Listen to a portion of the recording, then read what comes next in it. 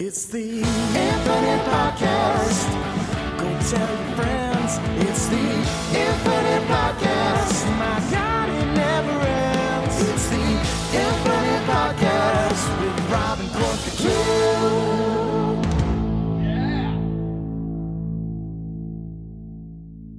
Hello, everybody, and welcome to another episode of the Project Infinite Podcast, the podcast covering the infinite and ever-expanding multiverse of fandom from movies, comics, TV shows, video games. We got you covered. I'm Rob. I'm here, as always, with Court. And Court, it's Oscar season. It is Oscar. Well, it's over. It's over. Oscar season is over. It's over. The Last of Us is over. A lot of big end to a great year. Yeah. Great start of the year. Yeah, definitely. And we're definitely going to talk about both those things. So if you've been listening to us the last 8 or so weeks, we've talked about The Last of Us every week. Today will be no different. We're going to talk about season 1 in its entirety as well as the season finale. So we're going to save that. I know we usually do that up front, but we're going to save that for, obviously, when we talk about the full season. And then, yeah, we're going to talk a little bit about the Oscars. Not quite as eventful as last year. A lot of things kind of went the way a lot of people expected, with one or two notable kind of exceptions. I think there's more. I think there's a couple more exceptions. I mean, there's things, obviously you wanted to win, but I mean, I'll get to my point about the Oscars later and how I think just like how we consume movies now, I feel like we're consuming that incorrectly. That's not the point of all that. It's supposed to be a celebration. Mm-hmm. It shouldn't be, if something doesn't win, it means it's automatically bad. I don't think that's how it works, but, you want other things to get recognition. I think that should be the point, that if you were to make one about it, but... Yeah, I think that's fair. But yeah, I mean, it's like you said, everything now is like a competition, or it's gonna be like, what got left out, what didn't win. It's always, it's part of that culture that we're in now, I guess, where you're just kind of looking at the negatives of things, I guess, is how you could best look at it. And obviously, with us, that's what we always try to avoid. But we do have some news up top. First and foremost, we have a little bit of DC news. So as speculated by, I think, both of us, James Gunn is officially going to be directing the Superman Legacy movie, the first film in the new kind of DC universe. And, I didn't really expect it to go any other way. He's definitely taking a hands-on approach with this first crop of projects, and no surprise that the first one that's going to officially launch this is the Superman movie, and it's obviously the one that he wants his hands on, so I think it makes total sense. Me too. I just don't think there's anybody else. You put so much investment into something, and I think he has such a command on this idea that, what heart means and what, making characters feel like they're one of us almost, for lack of a better term. I think he has one of the best handles on that, taking these extraordinary people and giving them ordinary problems, day-to-days. I really appreciate that. So I think, him being the inceptor of this entire universe, this new DC universe, I don't think there's another choice. I mean, you can have the other people that you want, your dream directors, your team, but I think that for him, this might also give him a little bit of, relief that he's doing it. So, and this is also going to let him take the responsibility for whatever the outcome of this is, which I do think it's going to be, received well. I think once you get past the where Henry Cavill is, debate, all that's out of the way, and you just focus on what the movie is, I think he's going to make the right choice for the actor. And then,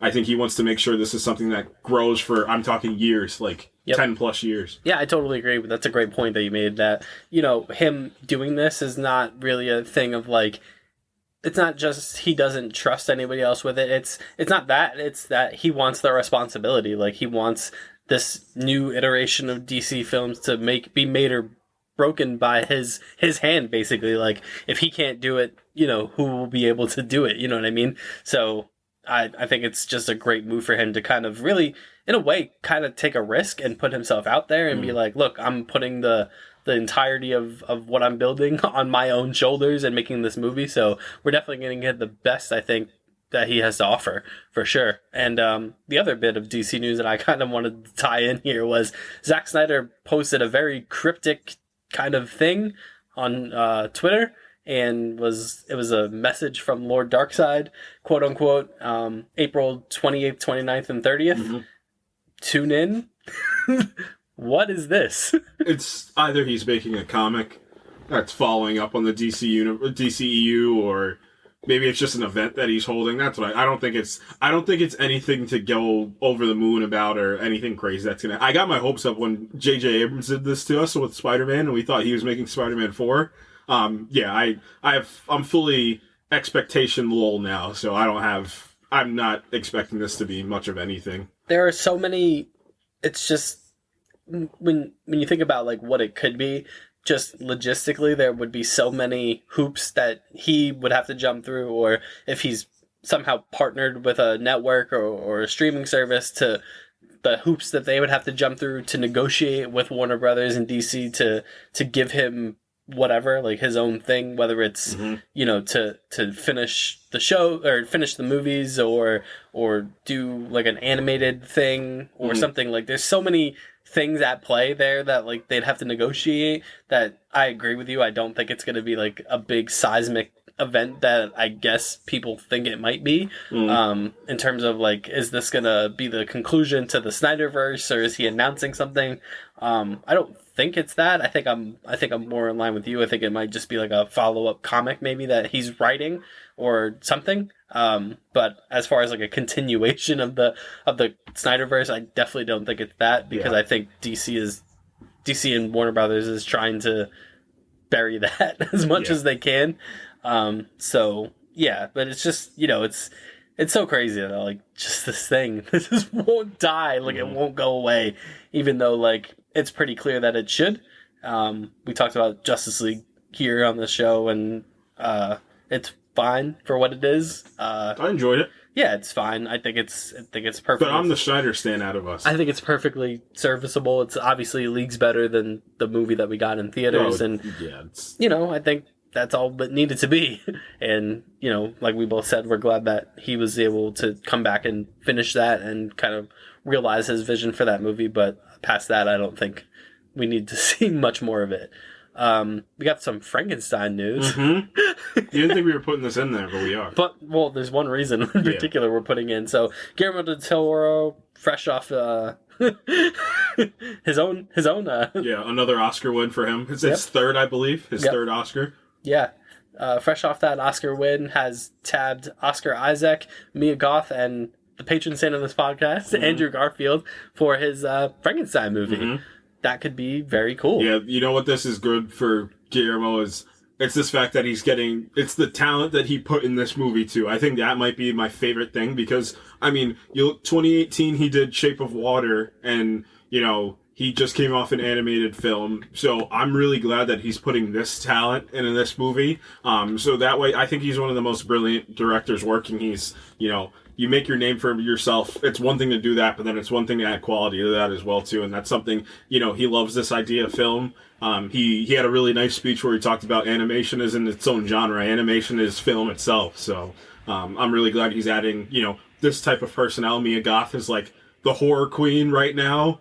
Oscar Isaac and Andrew Garfield's like, he feels like he's in that second half of his career where he's really about to take some flight. Or he already has. So I think that's really great. Andrew Garfield as Frankenstein is going to be something, or Frankenstein's monster is going to be something. Yeah, it makes sense, I guess, if that's what they want to do with it. He's tall, the hair, he's got that Frankenstein type of head structure. I can see a couple bolts in his neck and whatever the case is, and just cool that we're still doing old school monster movies. Like I love it. And what a time to do it. The next precipice, I think, for film, and it's good that we're talking about the Oscars today. I think horror is the next precipice of Hollywood, and what you're capable of doing and what's going to be recognized, because that's another movie that I feel was left out. Was Nope. Was the cinematography category was may have been lacking in some things, and I think a movie like that is that. And then you want to go performance-based, it's also Mia Goth herself in Pearl. Like, when are we going to start recognizing these? Like, if I give you another couple, like Toni Collette in Hereditary, like, if I give you some more, like, why aren't some of these performances... It's like where the superhero genre was in, like, 2012, like, 2014, like, wait, are these movies able to be nominated for anything? Like, I feel like horror's about to go on that same thing. Like, hey, maybe we do need to start recognizing some of these films. Yeah, I totally agree. And I think there have been good kind of horror movies, just like those old school ones. Like I quite like the Invisible Man remake that came out a couple years ago. I thought that was really, really good. But we haven't really had like a good one of those kind of since. Obviously, we've talked about the MonsterVerse before and the failed flight of that. Yep. So, and what you need too is what I feel like the last 5-6 years has been a lot of, and which is good, has been a lot of narrative, like new narratives. And instead of, trying to recreate something, it's just new narratives like Lighthouse, Midsummer, Hereditary, like all original works by these people. And now you're starting to dip into stuff like The Invisible Man, into Frankenstein's monster. So like you just said, like the MonsterVerse thing, like you don't need to do that. But maybe if you can just grab some of these directors and be like, all right, and Nosferatu's coming out, like let's start getting, putting these directors that like Ari Aster, Robert Eggers, like let's start getting some of these directors that are, on the up and up, and let's start putting them on these movies. Yeah, I totally agree. So the Justice League Kills the Suicide Squad game has been delayed to, I think, an unknown date. I think it's been pushed back to just later this year, I think is what they said. Which is, they didn't give a reason. I have my theories in that they're reevaluating the live service element. I don't think you can totally remove it at this point with how far along the game is, but I think they might be reevaluating how much they want to put into it as far as like what they're going to be asking people to pay is like the battle pass and all that, because, I went on record after that state of play that I thought it looked really fun. Yep. And then I think the story seems pretty solid, but the live service element is really troubling. So that would be the only thing I can think of for that much of a delay. And I wouldn't be surprised, honestly, if they even maybe push it further than this year, just because at that point you're running into Spider-Man, most likely. Yeah. And I mean, also, I don't know if this game could survive battling the longevity. That I'm a little nervous that if they do put like the counter, like I'm a little nervous if they keep pushing this game, what is it going to look like? Like, obviously you want to put the thing out when you're good and ready to, and like when everything's done, you get really good projects that way. But I mean, I'm getting a little nervous of the sell of the game. Is it going to go down just because they keep pushing it back? Yep. Like, is that going to scare some people? Because now you have the Avengers in the back of your head when some people are going to buy these games. Especially since it's just an odd time to delay it, because they finished the state of play with it. Right. Like the state of play ended with a 15 to 20 minute expose on this game. So it's really odd that like it felt like this is our big reveal and our big push, and we're getting ready to promote, and then you're delaying it now to just later this year. Right. Like it's not even a set date. Like Star Wars Survivor got pushed back to April, and like we knew that. Like it was a hard set. Right. Like the game's coming out now on this date, whereas like this had a definitive release date of, I think it was June, and then now is just indefinite 2023 at some point. It's interesting. It's a little worrisome, but if they got to reevaluate stuff, they got to reevaluate stuff. Speaking of evaluating stuff, we're talking Daredevil again. So the curious case of who gets recast and who doesn't continues to kind of hang over this show. But first and foremost, we should talk that the director of the pilot episode is revealed to be the same director who directed Dexter, which is cool. Yeah, I think that's pretty Dexter's cool. one of my favorite shows. Especially those first 3 seasons are spectacular as far as television. Like it doesn't really get much better than that. And I thought the new season was pretty good also.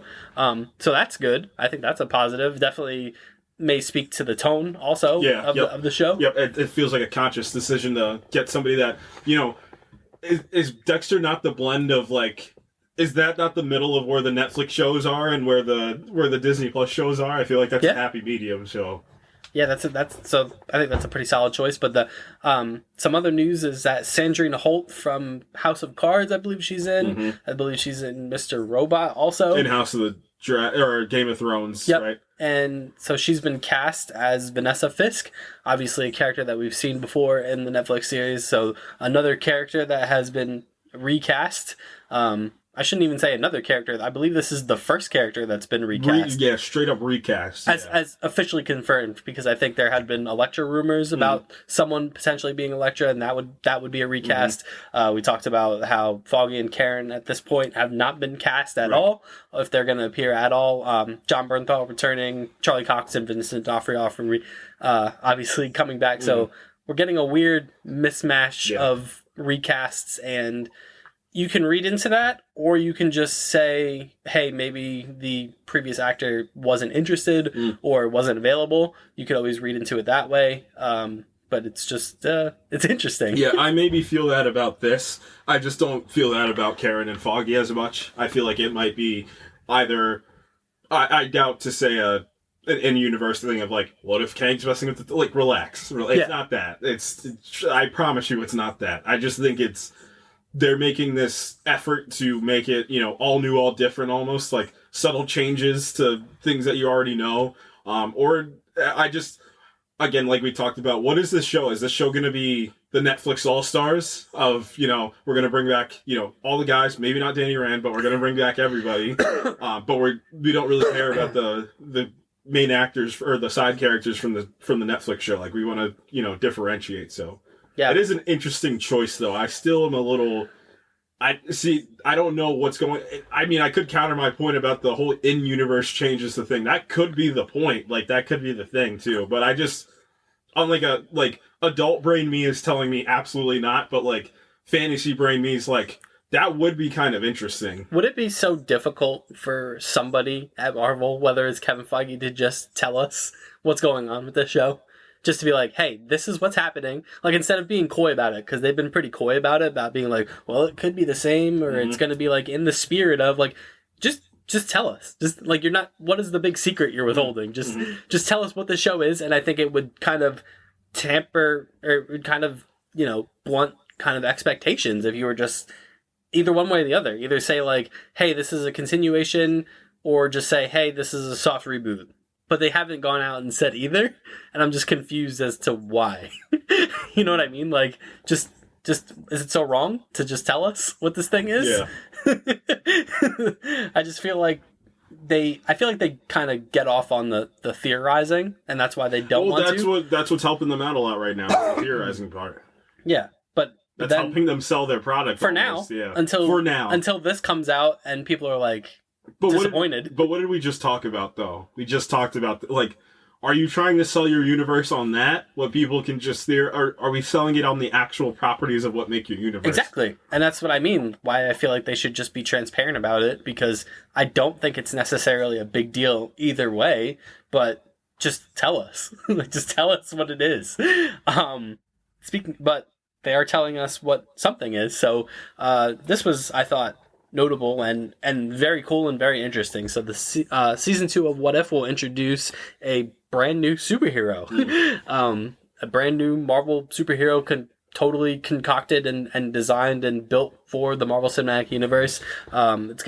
She's gonna go by the name of Kahori. So she's a Mohawk warrior, basically, that the episode is built around what would happen if the Tesseract fell to Earth and landed in the sovereign Haudenosaunee Confederacy before the colonization of America. So presumably Kahori is going to be a kind of Mohawk warrior that gets powered by the Tesseract, I guess. I think that's pretty cool that they're using What If as the vehicle for that, because what that does is it lends to hey, if this character is really well received, we can bring her to make her a real hero. Bring her to live action, bring her to comics. If someone wants to write a comic about her, Harley you can. Quinn situation for her. I think that, that's really one of the most notable situations where this has kind of happened, where a character has been designed for a TV series and ends up being, in the case of Harley Quinn, it's best case scenario, right? You got one of the most popular characters in your universe now. So I think that's really awesome. Obviously, the list of Native American superheroes is very, very short. Small. Yep. So I think that's a really great way to go about it. I think it's an interesting premise for an episode. And I guess we'll see where it goes, right? So let's talk about the Oscars now. So the Oscars have happened. They're in the past. They're done. It's over. Yep. Nobody got slapped. Nobody got slapped. Jimmy Kimmel hosted, so... Yep. And we had, a pretty good night. I mean, I didn't watch because I was watching The Last of Us. Yeah, so. I did watch because I couldn't help myself. I have seen every single Best Picture nominee, and I've seen most of the movies that people were nominated for. So, I'm Everything Everywhere All at Once was a different kind of beast. I mean, Cleaned up. From April, that movie, and you go on these award tours almost. So that's, what Brandon Fraser was talking about. It's like, it's not just you do the Oscars, like you're going from award to award to award to award. Like you're going from show to show to show. There's so much that's built into, your run. And it could be like a narrative run like that. That's what I think helped this movie in the long run. But at the end of the day, the thing that helped the movie was the quality of the movie. And this idea that this movie's was actually good. Right. And this idea that this movie exists forever. If you've ever set foot on planet Earth, this movie's probably for you. Not probably for you. This movie is for you. There's something in this movie that you can relate to. So, I think this is one of the more deserving of the Best Pictures. I'm trying to think if this is my favorite movie of last year. And I mean, favorite and what I think is the best are two completely different things. But I guess you can ask me some questions and I can answer them. Maybe that's how we do this. Well, yeah. I mean, I guess first and foremost, I think it's really cool that I feel like a lot of the complaints people have about the Oscars over the last few years is these movies win for Best Picture that like nobody's quote unquote ever heard of. Yeah, I'll never agree with that. That doesn't make sense. That definitely wasn't the case with this movie. Mm-hmm. Like this movie was very much in the mainstream, very successful in theaters, very well received critically. Long theater run. Yeah, very long theater run. So I mean, as far as like Best Picture winners, like this was definitely up like as far as like best movies of the past however many years, it's definitely up there. I mean, totally, original concept, which is super important. And I mean, it cleaned up all the awards that the best movies win. Yeah. Once Jamie Lee Curtis won for Best Supporting Actress, I was like, like this thing is I knew this night was gonna be kind of owned by two movies. When All Quiet won Best Score and Jamie Lee Curtis won Best Supporting Actress, I said, these two movies are probably going to be the two. Like, these movies are going to start taking them. Because I think All Quiet won 3, and then Everything Everywhere All at Once won 7 or 8. Yeah, so you got your best... It swept the Best Supportings. Mm-hmm. It won for Best Original Screenplay. It won for Best Director and Best Picture. Mm-hmm. Like, as far as, like, the ones that you, quote-unquote, want to win. Yeah, Best Editing. Best Editing. So, like, as far as, like, the ones that you want to win, quote-unquote, it's those ones. Yeah. Like, you want to hit any of the acting ones, like any of the 4 acting ones, and they won 3 out of the 4 with Best Actress and then the 2 supportings. You want a Best Screenplay, that tells you... Yeah, you want to either win the screenplay or... you want to either win, because that's your writing, so that's the bones of your movie. Exactly. Like the skeleton of your movie. You want to win something for that. I always have a different perspective on this because, let's just use Dune as an example. Like, an argument that I heard a lot was like, why is a movie like Dune, like, posted up there for Best Picture, but it has no, like, the argument I kept hearing is like, well, there's no best performances. I said, yeah, because there's 5 slots. There's not... If there was, I said it when the movie came out that I legitimately could have made an argument that Rebecca Ferguson should have been in there for Best Supporting, but that your movie is a sum of all of your parts. That's what makes a best movie. Like, even if your director does not get nominated, but you have an actor in there, I think that gets you, something to get there. Like, yeah, that's why movies are so cool. It's because they're everything. Like, the movies literally encompass every art form inside of it. They're the only ones it's the only media that does that. So, that's why that's the only point that I'll make about that is like, it has too much in a movie. Like, a movie has too many facets to be shackled by the fact that you need to hit these beats to get the thing, but it is still a point that it did hit all the beats that you want. It hit your director, it hit the person that's making the movie, it hit the person that's acting in the movie, it hit the thing that you do to create the movie, and it hit what's the last thing that I'm missing? The picture itself. Like, yeah.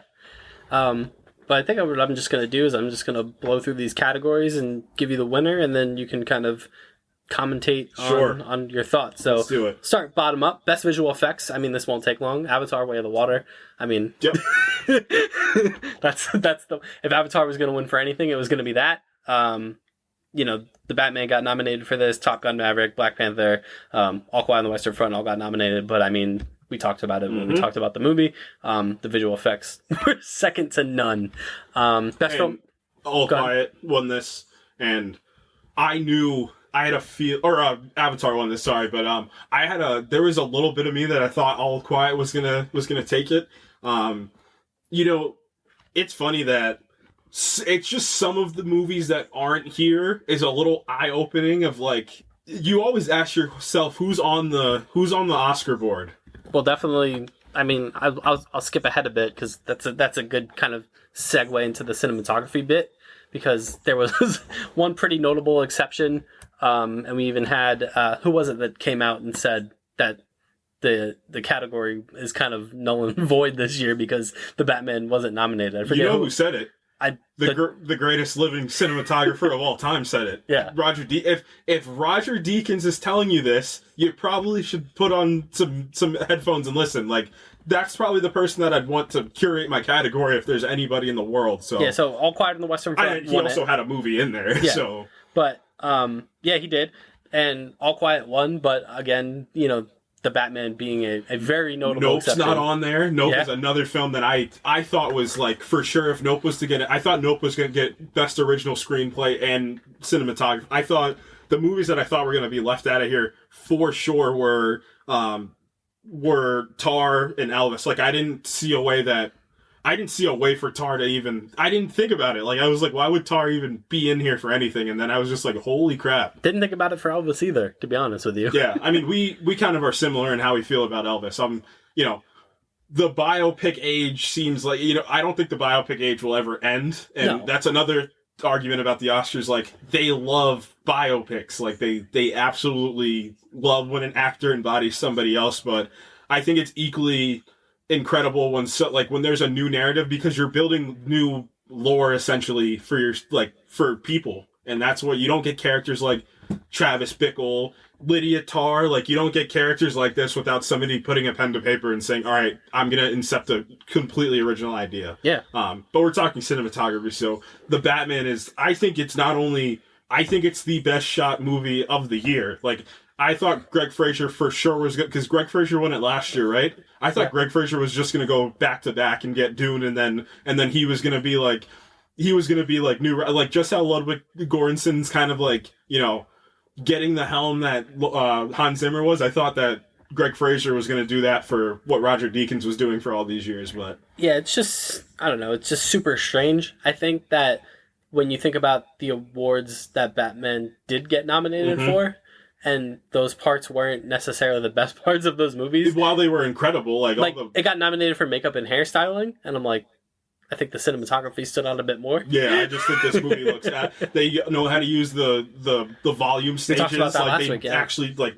I just have a feeling that, you know, Matt Reeves is... I hope he, like, takes this as motivation. He's just like, okay, him and Greg Fraser are like, all right, you didn't think this movie looked... All right. They can one-up themselves. That'd be Which would crazy. be just absolutely nuts to... Because I was just watching The Batman the other day, because I can't help myself. That movie is absolutely gorgeous to look at. Like, gorgeous to look at. Like, I truthfully think that's the best-looking movie of this year. So. Yeah. Best film editing, we talked about Everything Everywhere All at Once. Yeah, that's an easy one. I mean, it's funny that, you know, we do this all the time. And it's just like, again, I don't think also people that are on the outside looking in, like, everybody's a critic now. Like, I don't think people understand that editing's not just you cut to a different thing. Right. That's like 10% of editing. Yeah. Like, that's not editing as a whole. Right. If you want to listen to somebody talk about editing that's, like, really well done, it's from last year. There's a great interview that the Dune editor had, and Dune won Best Editing last year. Like, editing is so much more. And you can go back and listen to our Dune episode, shameless plug, because we talk about, you know, what amalgamated for your personnel that you put on a film, like, what amalgamated to make that masterpiece, in my opinion. So...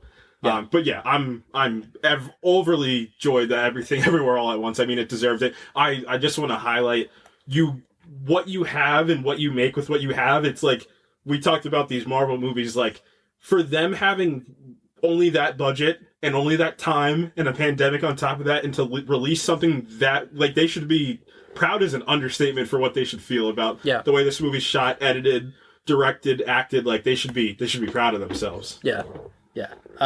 Best costume design, Black Panther: Wakanda Forever. So Ruthie Carter's second Oscar for best costume design. She also won it for the original Black Panther movie. Makes sense. That movie was, expertly kind of, everyone looked great. It did a great job representing not just the culture of Wakanda, but also the culture of Talokan also. Mm-hmm. So I think, oh yeah, sure. I think for that movie to win that award, just it means that like the costuming went into like the lore of the movie and like representing the people. Mm-hmm. So I think that makes total sense. Sure. Here's why it should have been Babylon, though. If we were to pick one, I mean a totally immersive experience into the 1920s and 1930s. I mean, transformative also, to the point where even this is where I make that point about you're a sum of all your parts. Like, the way you shoot a movie and then how it reflects what you're, the feel of it, like that, all those things that are important. So the costuming on Babylon, like that first party sequences, you can't miss on anything. There can't be one thing out of place. That's why I think that should have won best costume design. But I mean, out of those two, there's no wrong choice. I legitimately thought Elvis was going to win it when I was like there and waiting for it. I thought Elvis was a true threat, but best makeup and hairstyling, The Whale. Yep. Makes sense. Does it? Can we get into it? Because I mean, where are you gonna go? The complete opposite direction. In terms of... It shouldn't have. And it's probably the weakest. Whoa. And I mean the weakest in the sense of, you just did it for your main character. That's fair. What's the draw of makeup and hairstyling is for immersion, in my opinion. Like, you need to believe. So, I mean, it's well done for what they did. But I think makeup and hairstyling, you probably should have given that to either Wakanda Forever, Elvis. Legit, like, I would have been cool if it was Elvis or All Quiet, but that one was between Elvis and Black Panther. And I just think they gave it to The Whale because it's just like your main character, so the person you're looking at the most, you got to believe it too. Yeah. Yeah, I guess if that doesn't work, it takes you out of the whole movie, essentially. Right. So that's really an award of like, this one thing like really made or broke this film, and if that's not on point and as good as it was, then it doesn't work. Right. So I guess I can see it. Best production design, All Quiet on the Western Front. Let's get into it. Sure. Let's get into it. Hold on, I'm finding all these and I have to scroll through everything to find it. What else was nominated? Avatar, Babylon, Elvis, and The Fabelmans. I'm cool with that. The idea of, again, the only other one that I would have loved to see win was Babylon in that situation. Like a production design, like, there's a sequence, there's a couple sequences in Babylon where you're just like, this is cinema. Like, it's Martin Scorsese, this is cinema, and I mean that allegorically in the way that, I'm watching a great film, but at the same time, like, there's a sequence in the beginning of the second act where they're on a film set and it's like this prolonged sequence. It's like a 30-minute sequence where they're trying to make a movie, and the camera, I think something happens with the camera and like they need to get the shot by this time, and it's just everything that gets immersed. But like, you feel like you're on this like traveling film set with all these people that are just, trucking throughout the day. There's no safety precautions because it's the 20 silent films era. It's a woman walks onto the set and just takes over a film. Like, all those things encompassed into that last piece, but you don't get that without believing where you are too. So I think Babylon could have been a strong case for the production design, but I'm cool with All Quiet for this one. I'm way more than okay with it. Best sound, nominees were All Quiet, Avatar, The Batman, Elvis, and then the winner, Top Gun Maverick. Yeah, it was that or All Quiet on the Western Front. So, I mean, it's just the idea of an F-18 engine roaring past you. I'm cool with that. I'm good. We'll live with that. Best original song. So, Natu Natu from, is it RRR, I guess? This one over Applause from Tell It Like a Woman, Hold My Hand from Top Gun Maverick, Lift Me Up from Black Panther, and This Is a Life from Everything Everywhere All at Once. It was probably between that and maybe Hold My Hand, and then they performed Natu Natu, and then they were like, can we change our answer real quick? That performance was tough. It was very cool. Yeah, it's a great choice. I mean, really, really good song. Oh yeah, really good song at the end of the day, yeah. Best original score, so The Fabelmans, Everything I Ever Wants, The Banshees and Inisherin, Babylon, and the winner, All Quiet on the Western Front. I'm sorry. It's Babylon without even me needing to think about it being Babylon. Bam. It's just not... I truthfully did not think this was any sort of competition. Well, yeah, I guess it was. I guess I should have thought harder.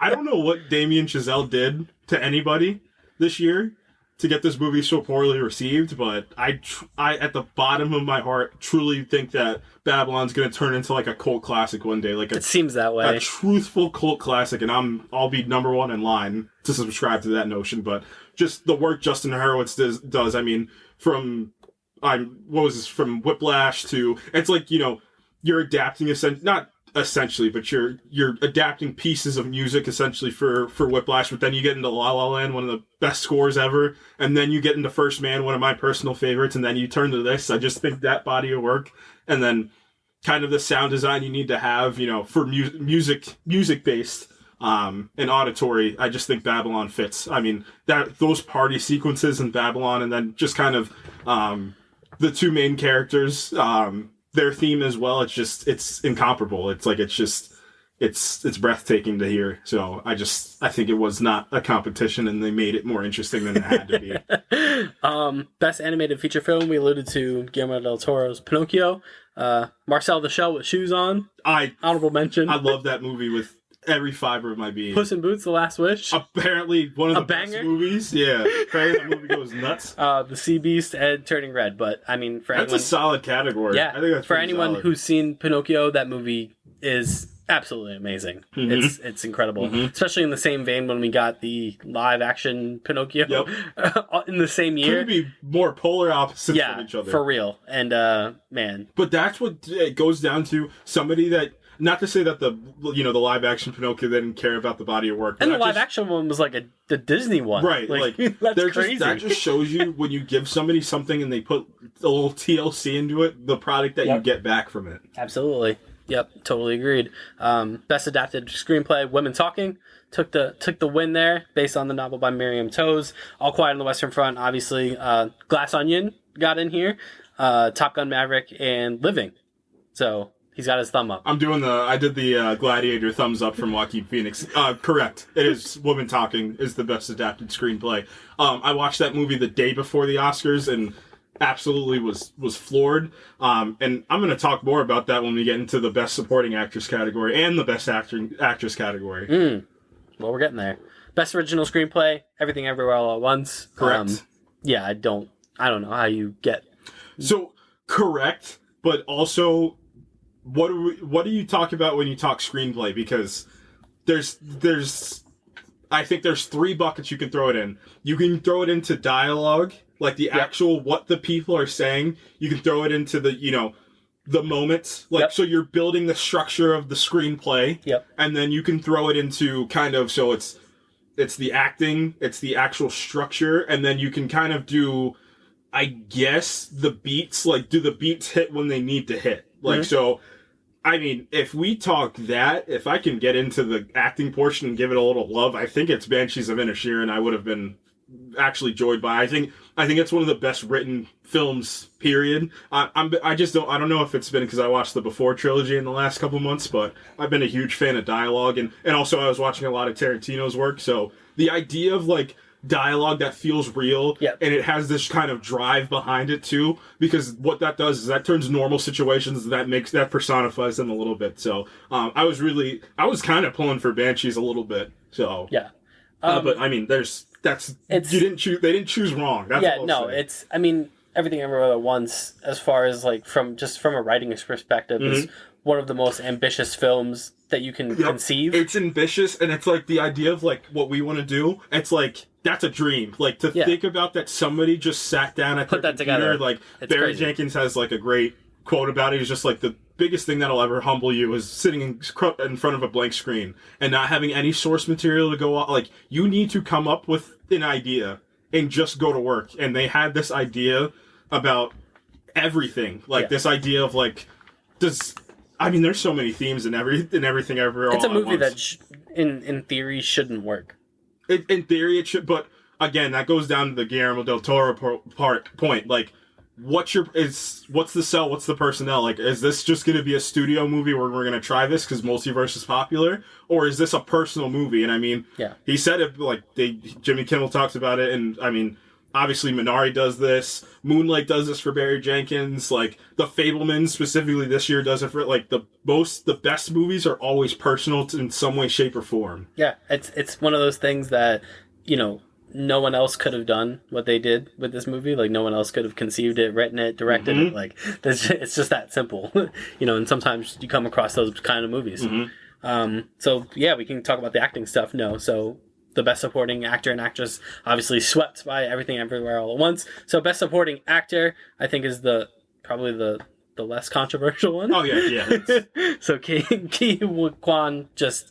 you know, obviously stole the year from everybody. Best, and he stole, and it's almost like he stole the thunder away from what I thought was going to be the best speech, and it was whatever Brendan Fraser was going to say was going to be the best thing. But I mean, this idea about, and this all goes back to the movie itself, like this opportunity that he kind of got, and like this idea that you're never gone, like you're never too far gone. So it's just odyssey that he's gone on for the last decade and a half has been, you know, really remarkable. And he even talked about after winning the Oscar that like he's still afraid that like it's gonna happen to him again. Like he feels like he could fall right back into obscurity, like even after this. And like I just don't think that's true. No, I mean I hope not. Me neither. So I mean, how do you not just love this guy? Like Harrison Ford does. Harrison Ford does. The Academy does. We do. He's the people's champion right now. If Harrison Ford gives you the stamp of approval, oh, you're good. Yeah, because good. That guy hates everything. He does hate everything and everyone. So, but he doesn't hate everything everywhere all at once. No, he doesn't. Brandon, this category is extremely tough, but like, it's best case scenario. I think you pick anybody here, it's best case scenario. Yeah. Like, you know, Judd Hirsch. I mean, the 8 minutes of screen time that he has in The Fabelmans is like this idea of like you drive the narrative theme of the movie so freaking strongly, and that's the idea we talk about of like how do your side characters impact? Like that's what a supporting role is. Like how do your side characters either impact the main theme or how do they impact the main character? Yeah. And for Judd Hirsch, it's how does he impact the main character? And this side, oh man, I love. If you guys ever get a chance, go watch The Fabelmans, the whole thing, but. You want to just go watch Judd Hirsch's piece. He plays his great uncle, I believe, in the movie, and he just talks to him about, you know, this idea of what is art to people. Like some people have that. What's in your heart? Is your art in the heart? Or is your family in your heart? Like what's the thing that dictates you? He said you're one of those rare people where the art dictates your entire life, and like now you got to make a choice essentially. So he does. It's just. It's so potent. Like, it's so much to take in. It's, like, overwhelmingly emotional what he does in, like, 8 minutes. Brian Tyree Henry, that was one where I was just like, that's awesome. I'm so glad he's here. I watched Causeway. I talked about it. And I just love the subtlety of his performance. He just feels so real in that movie. That's something I appreciate. Again, when it's personal, it's better. And it just feels, his character just feels ever so real. I mean, spoilers, but essentially he's just a guy that... You know, he loses his leg in a car accident. You don't know what happens, and you find out that he killed his nephew in the car accident, and his sister kind of left him after that. And he's just this broken person. That's all he is, physically and emotionally. He's this broken person, and he kind of gets, you know, a little bit of a new lease on a relationship with Jennifer Lawrence, which is great. We can talk about both the Banshees. So Barry Keoghan, this is like. Almost outlandish, but again, almost this like, it's like watching a puppy. Like it's really sad. Like he's just like this weird kid that nobody cares about, that everybody hates. But it's don't just talk like about Barry Keoghan that way. I love Barry Keoghan, but that's the point. Like, yeah. I mean, his Oscar scene was where he asks one of the other supporting actresses. You know, he essentially says that he loves her in a roundabout Irish way, and she's just like, no, but very endearingly no, and he's just like. All right, there goes that dream. And like that line alone is just encompasses everything that he believes in and everything that he's been about. And then Brandon Gleeson, I mean, that's who I think was the biggest direct threat was Brandon Gleeson to Ki Kwan. I think masterful. That I think that was the best acted movie from this year. Was the Banshees of Inisherin. It's the one. It's the award that it's the person in second. Like sometimes with these Oscars, like in any other year, Mm-hmm. you know what I mean? Would have Yep. won. So Yep. it's definitely felt like an Oscars like for that. Mm-hmm. You know what I mean? Where like you had a bunch of categories where like in any other year, if any of these other movies had come out in any other year, like we might be having a different conversation. Right. Yeah. I just the idea of a guy sitting down and writing characters that he knows, that obviously the movie took place in 1923, but characters he knows, Yeah. you know, mannerisms that he knows. It's just full masterclass. I know that.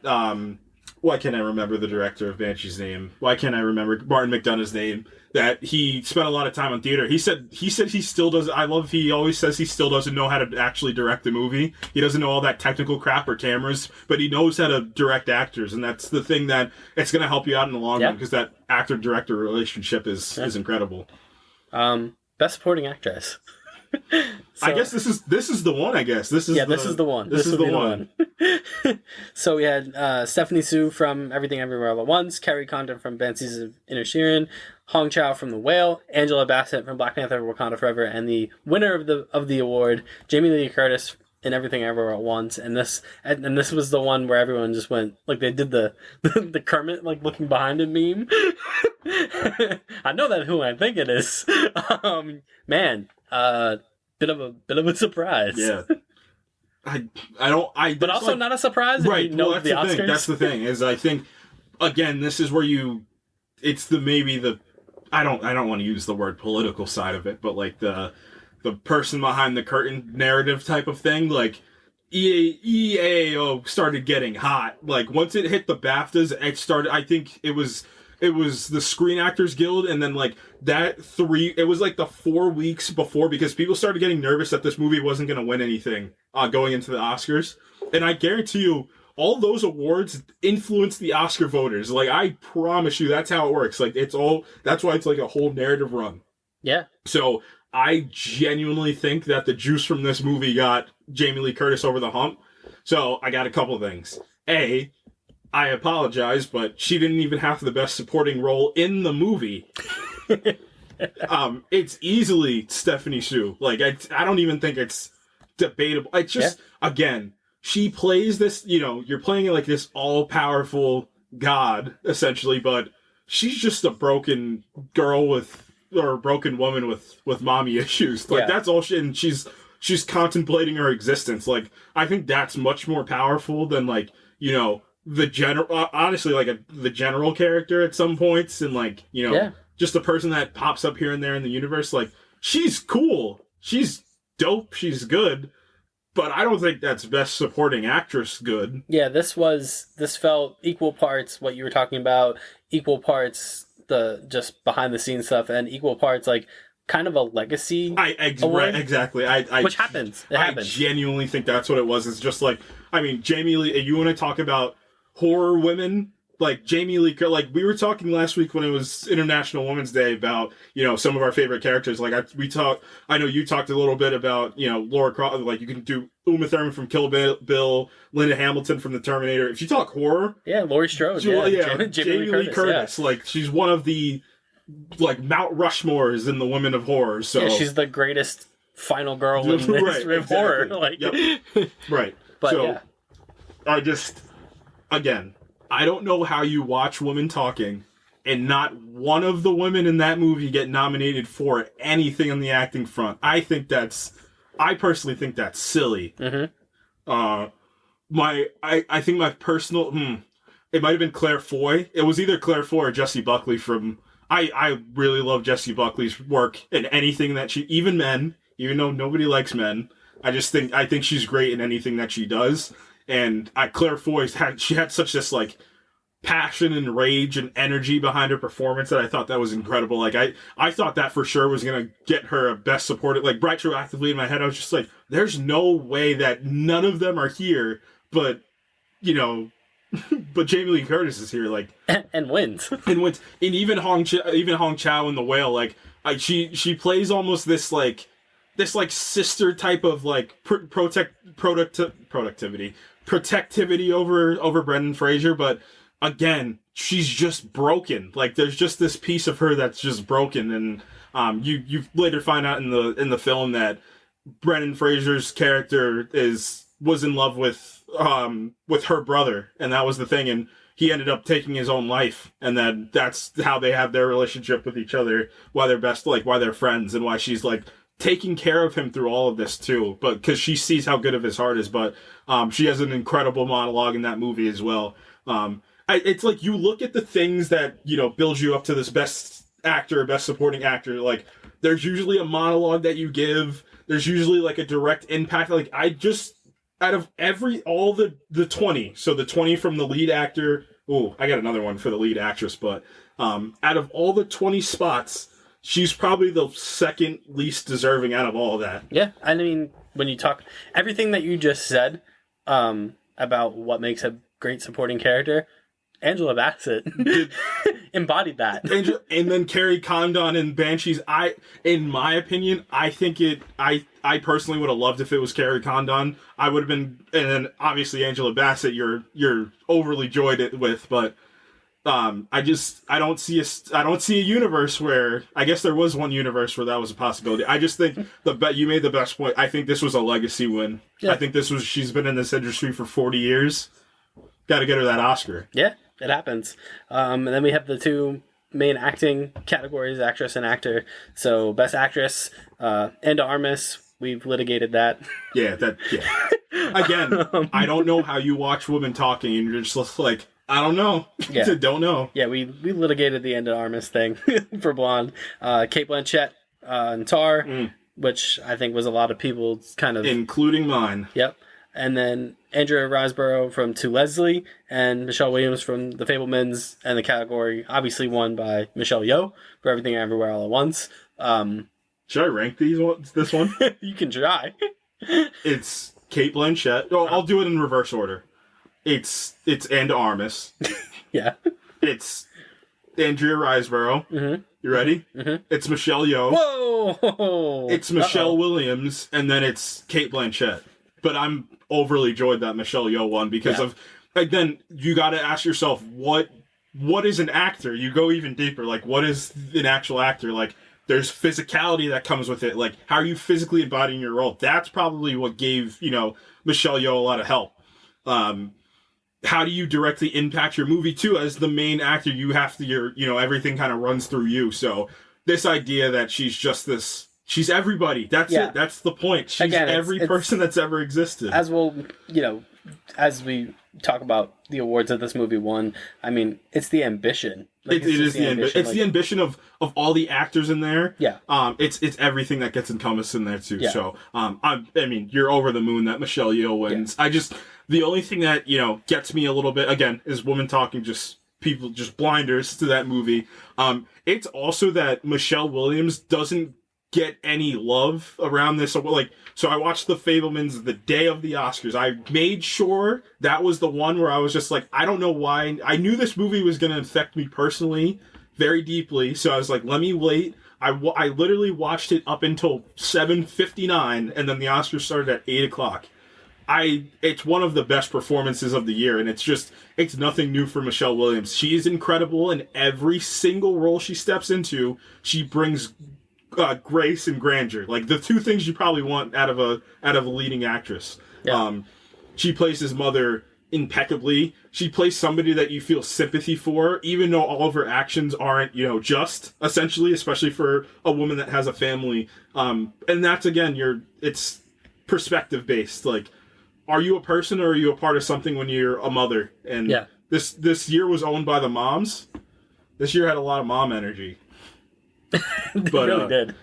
But yeah, I think it was one of my favorite performances of the entire year. It's a big, ethical is not the right word for her performance, but it's a big, like, she's a dreamer. It's like what Judd Hirsch was saying in that incredible monologue that he has. Like, she has that art in her she has the art in her heart. She doesn't have the people first in her heart, and she needs that. Like, you have it too, Steven Spielberg. but she has that, and I think she embodies that ideal just immaculately. It's my second favorite Michelle Williams performance behind Venom. So come on, man! I forgot she was in Venom. Jesus, wow. And then Best Actor. So Austin Butler, Colin Farrell, Paul Mescal, Bill Nighy, and the winner Brendan Fraser from The Whale. No surprise. I guess we can just go. Yeah, there's absolutely no surprise. And again, I guess it's completely different, but the same. Like, it goes down to the makeup and hairstyling. Like, again, a big part when you're doing these. It's the transformation piece. When you're doing these movies that are so encompassed by the main character, because like Everything Everywhere All at Once is that has a lot of different moving parts. Like, this was his show. Yeah. Like, this is completely his show. It's just a tough one to say no to. Yeah. The one if he would have won, I would have lost it and been like, ready to go crazy. Would have been Paul Mescal. I would have absolutely loved. He's just, again, I guess I keep going back to the point. I don't know why this makes such a great performance. This might be the most broken out of all these people. Like, because that's saying something. Yeah, because he has to put up this front the whole time. I think that's what it's like. So, I mean, the premise of, After Sun, and I mean, I'm going to talk about it when we get into directing in a second. Somebody's name that I would have been, very happy that was on that list is that, he's on a vacation with his daughter in Turkey, but this man is severely depressed, like, and he has this line in the movie where it's like the kid asking your parent something and you never know what your parents are going through. Like, you don't understand what they ever have to face. So he asked her a question. He's just like,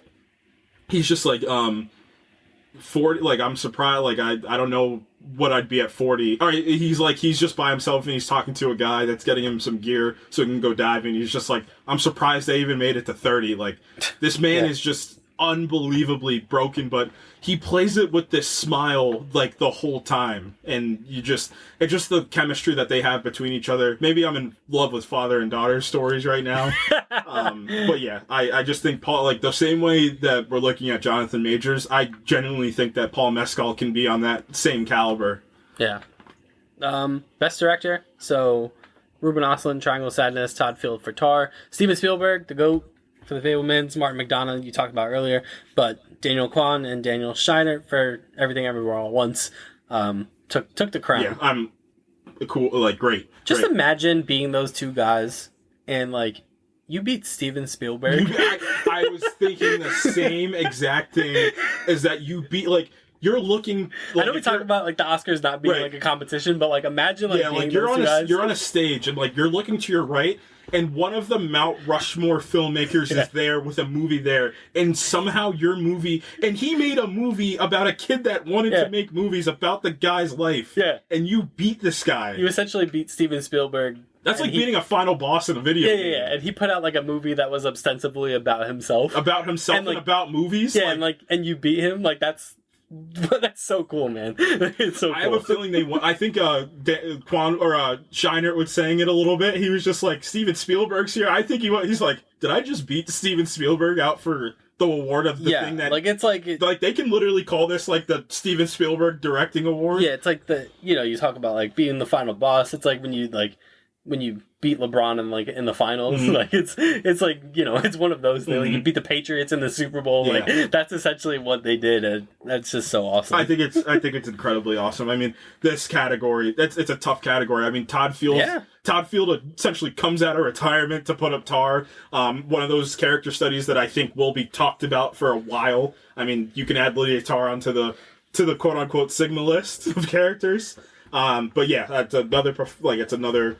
It's deserving, I think. Ruben Östlund, Triangle of Sadness was something. It's Eat the Rich, but with way less subtlety than Parasite. Like, take all, like, the subtlety of Parasite and just say, all right, you can leave now, and then that's Triangle of Sadness. So, I mean, Martin McDonagh, like I talked about, had, like, the relationship between an actor and a director, and kind of how you weave that into the very, fabric of what a movie is. I think that Martin McDonagh had the best control over that. The idea of, like, giving you an aura of what a film is. I mean, that's Steven Spielberg down to a T. Like, what an actual film is, if you look it up in a dictionary, I think that's what he covered in this movie, too. And then it goes back to my point about movies being personal, but you want to double down on the movies being personal? It's Everything Everywhere All at Once. And I think it's because of all those moving parts in there, too. And even if they didn't win any of the directing awards, like, the actual visual, like, all those things worked. Like, everything was working for them. So yeah, and it culminates in the victory for Best Picture. I think that's the fact for the directing, is the culmination of everything, and that's, like you said, it's the picture. So yeah.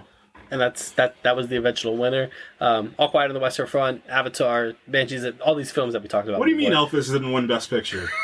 Banshees in I just know that what's his name? Baz Luhrmann. Yeah, it's just somewhere just distraught over this night. The Fabelmans, Tar, Top Gun Maverick, we talked about, that got nominated. Triangle of Sadness and Women Talking all got nominated, but Everything Everywhere All at Once, I mean, it's just one of those things like Team of Destiny, like when you talk about like sports, like that one team that like goes on that like Team of Destiny run, like what was it, the Ravens? They're not like 2012. They're not like the 2016 Cubs. Like, that's just a once in a lifetime. Yeah. Or the 2016 Cavaliers. They're not. It's not like that, but like it's like the Ravens, like the Joe Flacco Ravens. Like Joe Flacco got hot for like that whole playoff run, and then boom, Super Bowl, and there it is. Like, then this was that movie. Like, this movie just caught fire, and carried it home. Maybe we'll review this movie one day. I think that would be kind of cool. We should, absolutely. Maybe we should do that. We should review the movie that wins Best Oscar retroactively. Yeah. Maybe we should review the movie that wins Best Makeup and Hairstyle in one time, just for the memes. This category is tough. I actually have them ranked. What I think I actually do. Thanks, Letterboxd. This is not a Letterboxd sponsor. I wish it was, but it's not. But I do have all the Best Picture category, or the Best Picture movies ranked. Ready? Yep. Number 10 is Elvis. Yep. Yes. Sorry, Baz Luhrmann. It's cool. Austin Butler is great. He's phenomenal. He's transcendent. Elvis. He is Elvis. Like, once they got into the meat and potato, it was just down to his walk. Like, you can tell, like, his entire life dedicated himself to being Elvis. So I can live with that. Next. This is even a better bit. Is if you try to guess my list. Oh man, I love this actually. Are you gonna say Avatar? No. Oh, come on! I don't know, man. You like these movies? You like all these movies? Yeah. Well, hey, that's actually a great point. I like all of these movies. I'm trying to think. I'm trying to like go through like the whole conversation and like the movies you didn't talk about the most. Are you gonna put All Quiet there? No, absolutely not. Dang it! Absolutely not. I feel like you felt like none of that movie shouldn't have won any of the awards. No. I just think that Babylon should have been in this list. I think the same juice that All Quiet had is what Babylon would have had in a different timeline. I don't know, man. Just give me your next one. Triangle of Sadness. Oh, okay, that makes sense. I just think the subtlety. Like, I was going to say that next. Yeah, all subtlety ripped away from the from the eat the rich thing it's cool, but that movie's a lot to consume mentally. It really is. All next, what you tell me? Tar. Okay. Yeah, it's Tar. I just think the second half of the second act doesn't lead you correctly into the third act, if that makes sense. I had more of a structure problem then, because the character study is phenomenal with Lydia. I think and Cate Blanchett. It's probably the best performance of her career, and that's freaking saying something. So after Tar, are we gonna go with Women Talking? Yep. Yes. Correct. I'm back on. I'm back in. I've nailed it.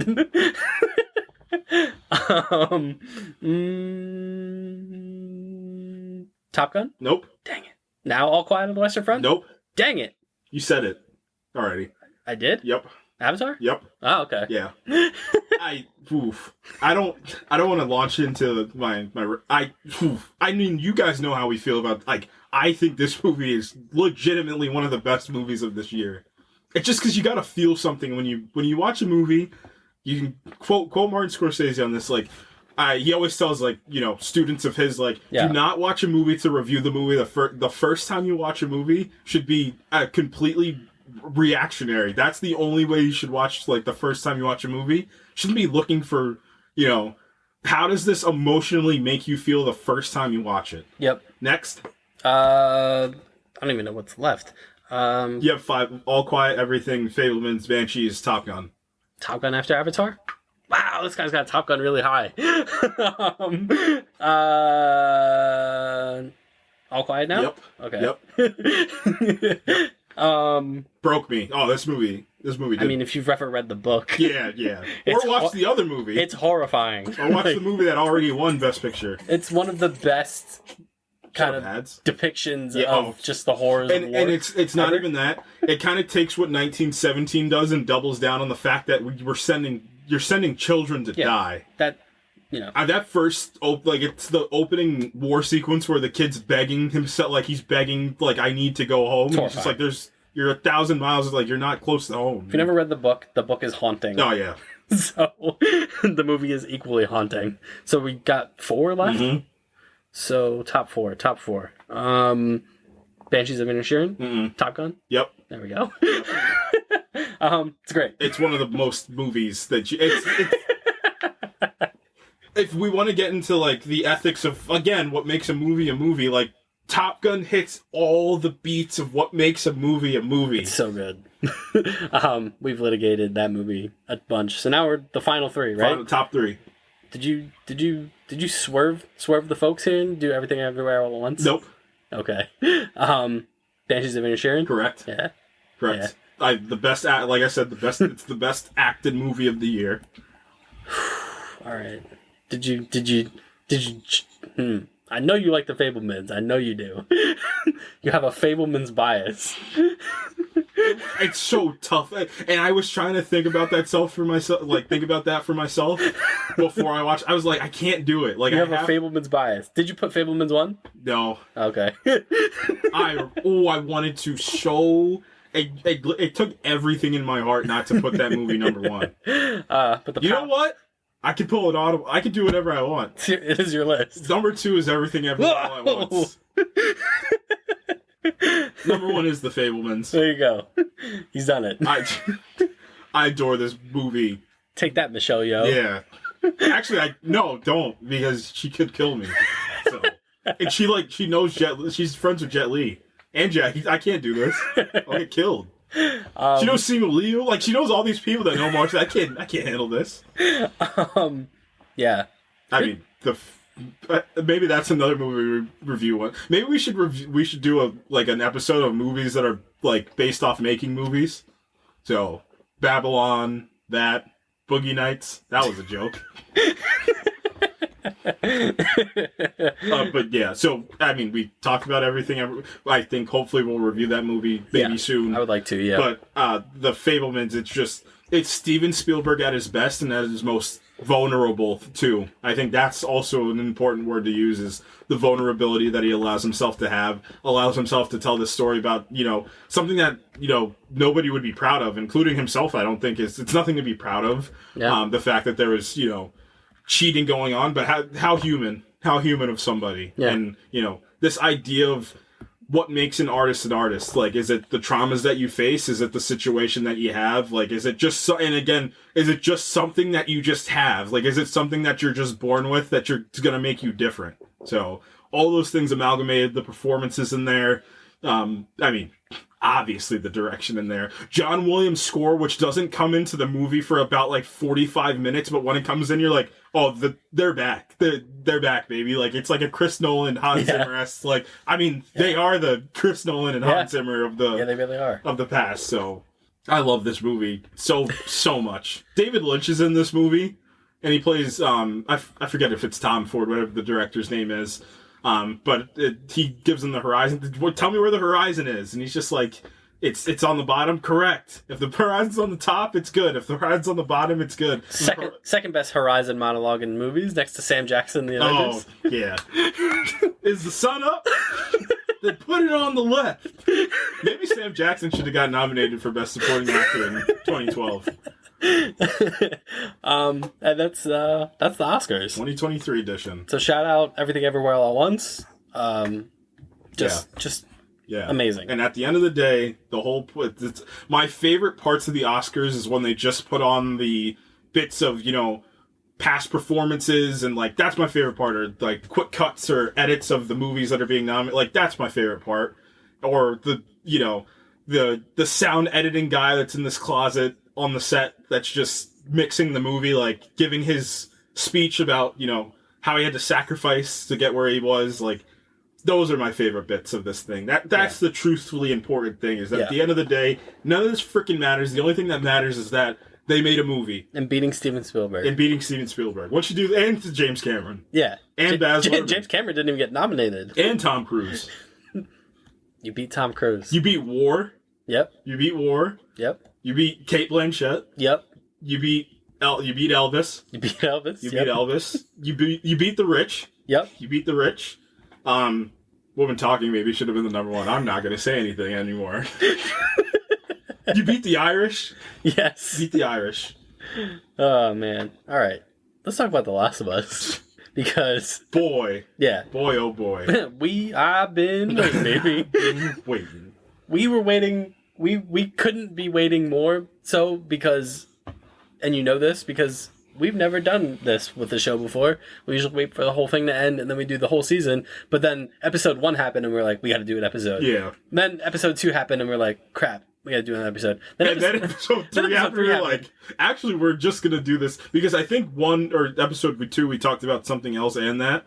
No, I think episode 2, we did a whole... Was it just? Yeah. The first 2 were like, we don't really have a topic, let's talk about The Last of Us. And then episode 3, like, we were going to have a topic, and then like, but we got to talk about The Last of Us. And then Ant-Man got in the way, and we had to talk about Ant-Man, or we would have kept talking about The Last of Us. Yeah, if I were to choose, I think we all know what we would have chosen. Yeah. So yeah, we got the season finale, episode 9. It's the finish of the it's a great... If you're a titles guy and you like titles, so episode 1 was obviously called When You're Lost in the Darkness. Episode 9, obviously titled Look for the Light. Like poetry. Mm-hmm. Like poetry, they rhyme. One of the shortest episodes maybe the shortest episode. It is the shortest episode. Because of the giraffes. Because of the ending. Because of the ending. Because Ashley Johnson's in there and she's not working for anything less than $8 million. So this finale. Man, it just stirred up all my 2013 feelings again, which is a great thing.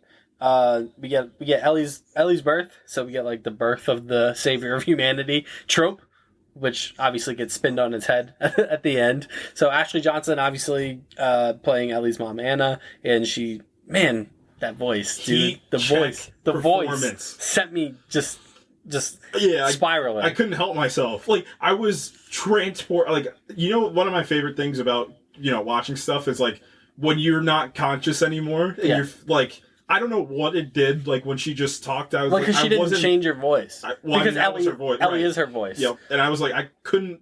Like my brain turned off. I was like, I am The Last of Us. Yeah. So obviously she sounds like Ellie because that is Ellie, which is just a brilliant casting choice. To make her Ellie's mom. Like that, just thematically. Should they have made Troy Baker Joel's mom? Dad? Joel's mom? Joel's mom? Make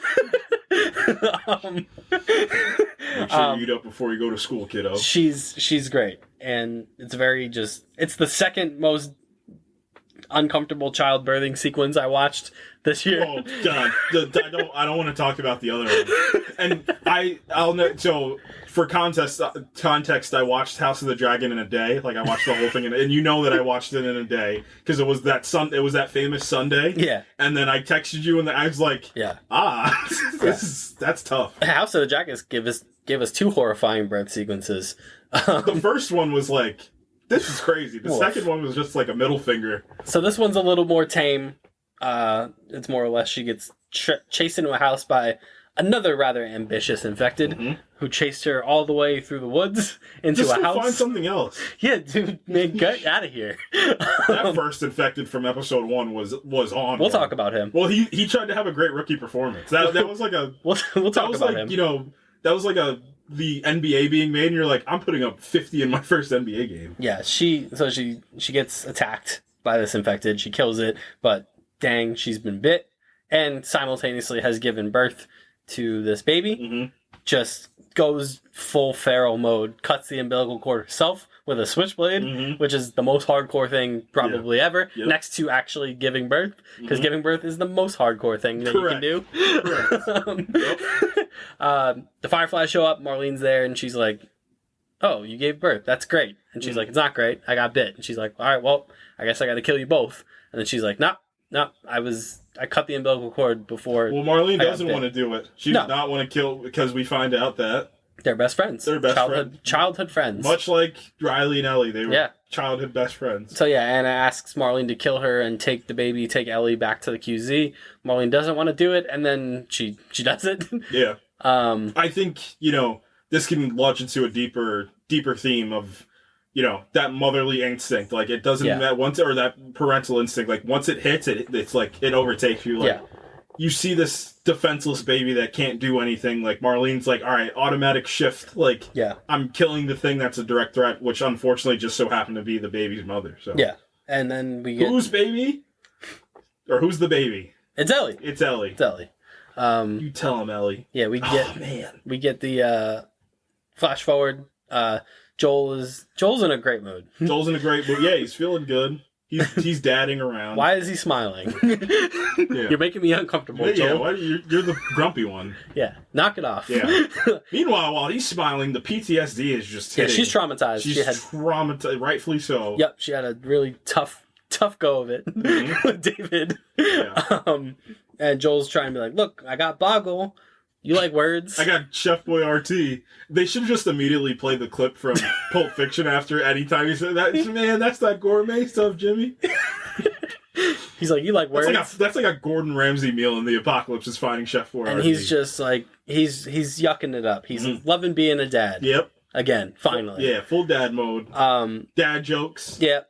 He's like, you like words? Yeah, you could. You want to beat me in something, you could beat me in this. Meanwhile, Ellie's like, yep, ship. Sounds good. Sounds good. Leave me alone. Yep. He's like, man, I could play a guitar right about now.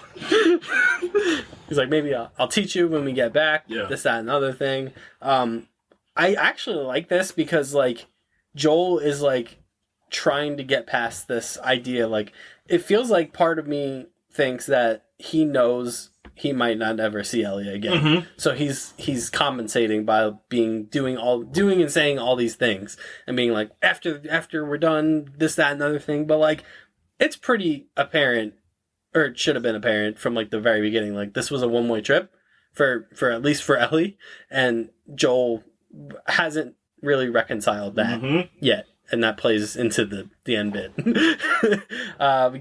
They do a little video gaming stuff through a building. Pretty much is what is going on there. They climb a ladder. What's the thing that Joel says to her? So there's the one thing about Bella Ramsey is how much she's grown over the season, like as an actor and as like her character. Like, I love when characters feel not just talk different, or like when she genuinely feels different from episode 1 to episode 9. Correct. Like, she went on a true odyssey over these 9 weeks. Yeah, that's so true. There's such a great, and it's again what you're getting from your other characters. So there's a great line where he's just like, all right, here's what she's gonna do, and she cuts him off. She's just like, all right, we're gonna cut through that building, we're gonna climb to the top, we're gonna get an overlook, and he's just like, no, I actually got some dynamite from that truck back there. He's just like, really? And he's just like, no. So what we're gonna do is we're gonna cut through that building. That was a great bit. I didn't want to leave without saying that because that was one of my favorite parts from the episode. It's pretty good. Yeah, he goes, Ellie, throw me that ladder down, and then she drops the ladder. She's like, oh my god. And Joel's like, what is it? And she's like, come up here, look at this. And they get up there, and it's one of the best scenes from the game. And much needed. The giraffe appears, and I was sitting there, I was watching the episode, I was like, man, that's a good looking giraffe. How'd they do that?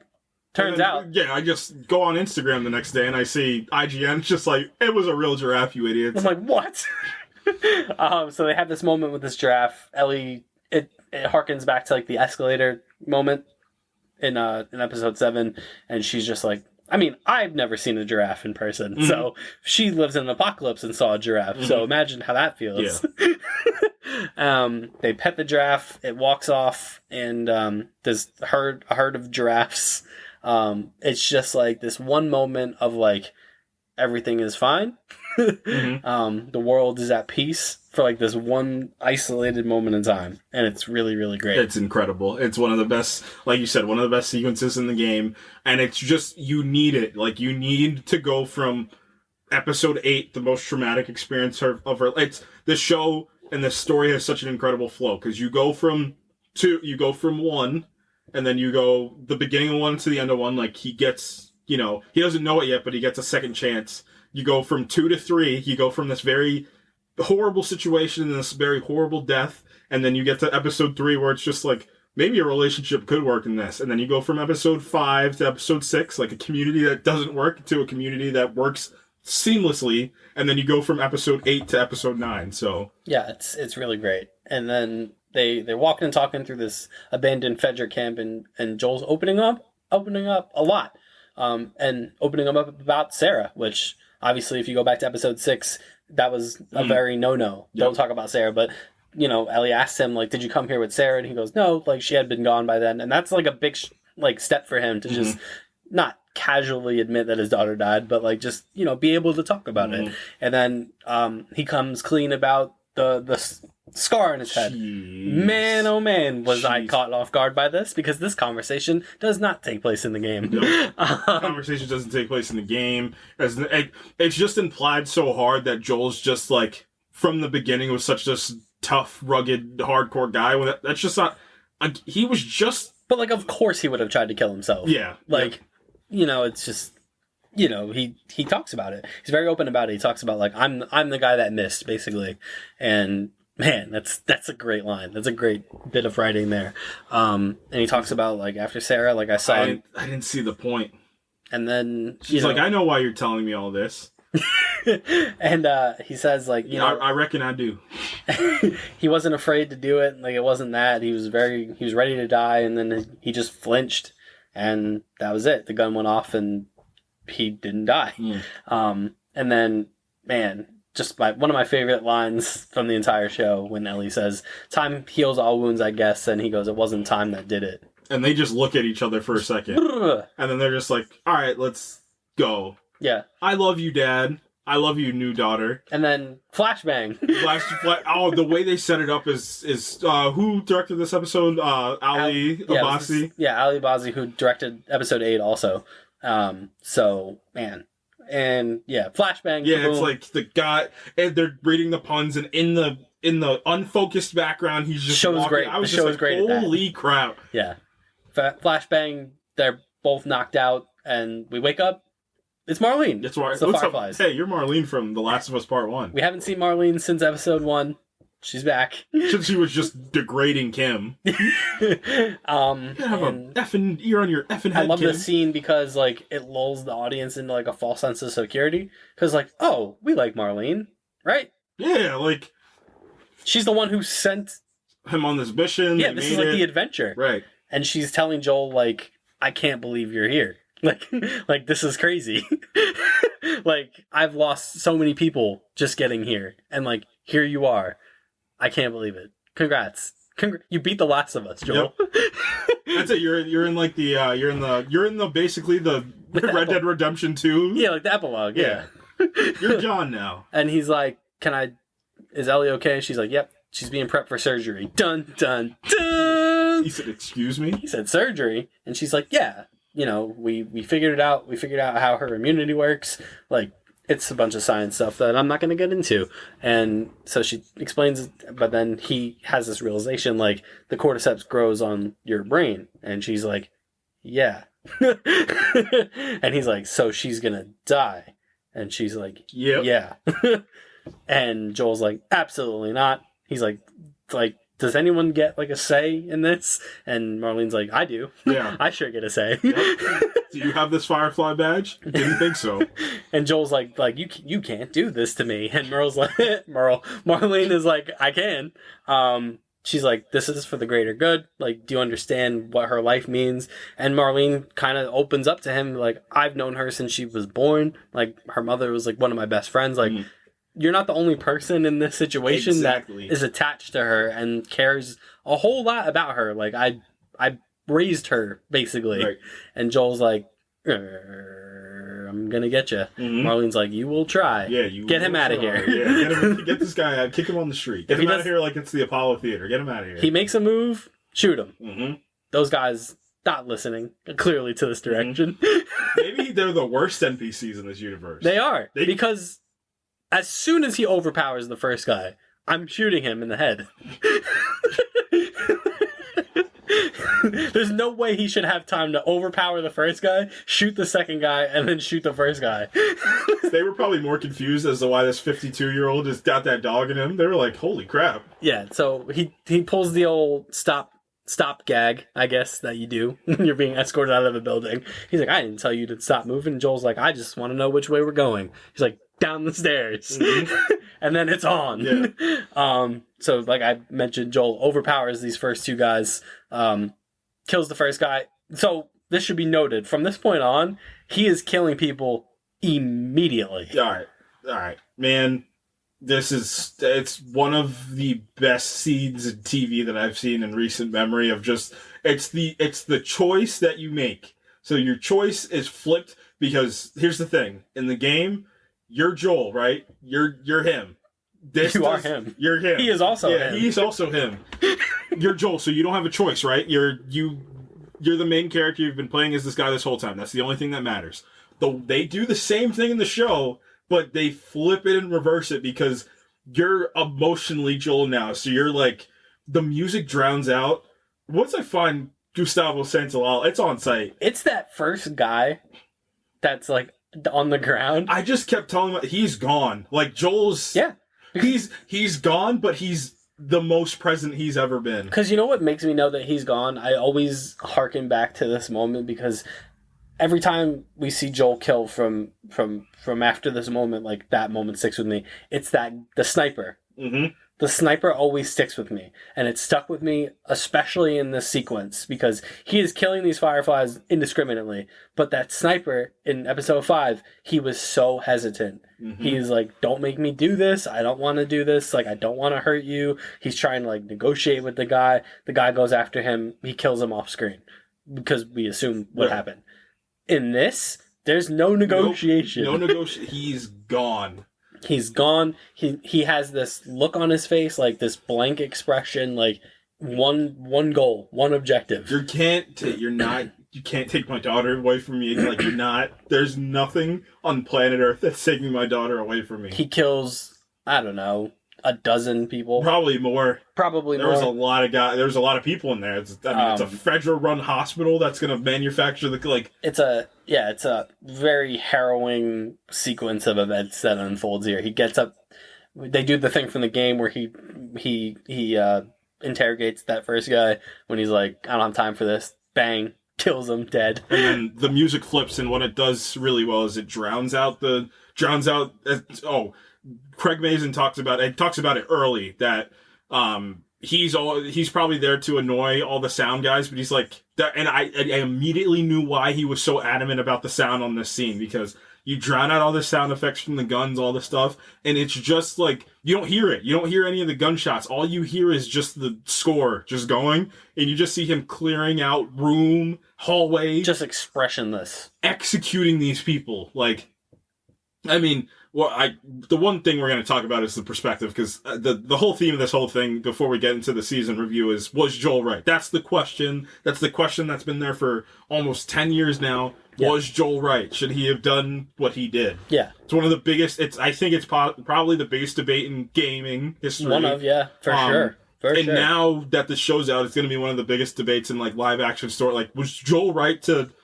even on the chance, sacrifice the entire human race. Yeah, so he gets into the room where Ellie's being prepped, and the nurses are all like, oh no. Mm-hmm. And the doctor's like, I can't let you take her, and Joel just shoots him dead. Didn't even think. There's no thinking anymore. No negotiating. Because he thought, when he was holding Sarah on that night, he thought, there's no thinking anymore. Well, he tried to... It's the most, and it's again what happens in these, these stories that are about, the end of the world. Like, the human race reverts back to your most primal instincts, and what's the most primal instinct you could probably have relationship-wise as a parent to a child is one of the single most primal things you can have. And on the night Sarah died, like, he tried to negotiate. Yeah, there's no negotiating with the federal officer. Like, he's like, we're not sick. Like, we just need help. Like, he tried to do things, quote unquote, the right way.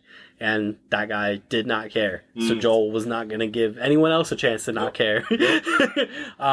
He doesn't kill the nurses in his lone act of mercy. He's not because there's no threat. Like, he needs credible threat to take. So there was subconscious credible threat. So you're getting put down. Like, there's no questioning me right now. Yeah. There's me taking her and us going. And he takes her. And then we get a direct parallel, basically, to episode 1, the way he's holding her and bringing her out of the hospital. It's exactly the same way he held Sarah. And who's there but Marlene? She's like, I knew you would do this, Joel. I had a suspicion, so I met you down here in this parking garage. And she lays it out to him like she could have easily killed him, but she doesn't. And she says, look, even after everything you just did, we can still fix this. And then she lays it out for him, like, say you take her out of here, then what? Because what's the world when she leaves here?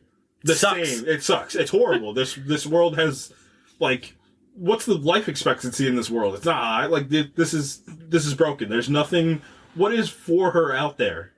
And I mean, and Joel doesn't outright say this, but in his mind, he's thinking, what's out there even if I give her over to you? Yeah. Like, how long is this going to take? Like, is this even gonna work? But that's the thing for Joel. That's not on his mind. He doesn't care if this is gonna work or not work. That's the whole thing. Like, when people argue this point, they're like, the Fireflies couldn't have done A, B, and C. It wasn't feasible. But the point is, Joel's not thinking about any of that. He doesn't care. Yeah, that does not matter to him. And that's why this thing is perspective is... Yeah. And then we do the thing that we do in the game. We cut to Joel driving in a car. And then you're left for, like, 30 seconds being like, well, what did he do? Is he just gone? What was his decision? And then we hear Ellie off screen. She's in the car. She's waking up, and this is where we get to the as I call it, the true morality of this of this decision, because the decision of whether he was right or wrong in taking Ellie out of the hospital, you can debate that. Was he right or wrong? Who's to say? Because there's so many factors in play. Obviously, he does some horrific things, but in any other situation, 97% of us would maybe not go about it as violent as he did, because 97% of us aren't as capable as he is. But our intention would be to do the same exact thing that Joel did. But this is where we get into the morality, because she asks him basically what happened. And what he tells her is, it wasn't going to work. There turns out there's other people like you, and then the hospital got assaulted by raiders, which is the worst lie probably he could come up with in that given circumstance. And then while this is happening, we flash back to the confrontation with Marlene, and she's trying to explain this to him, and he shoots her. And she's on the ground.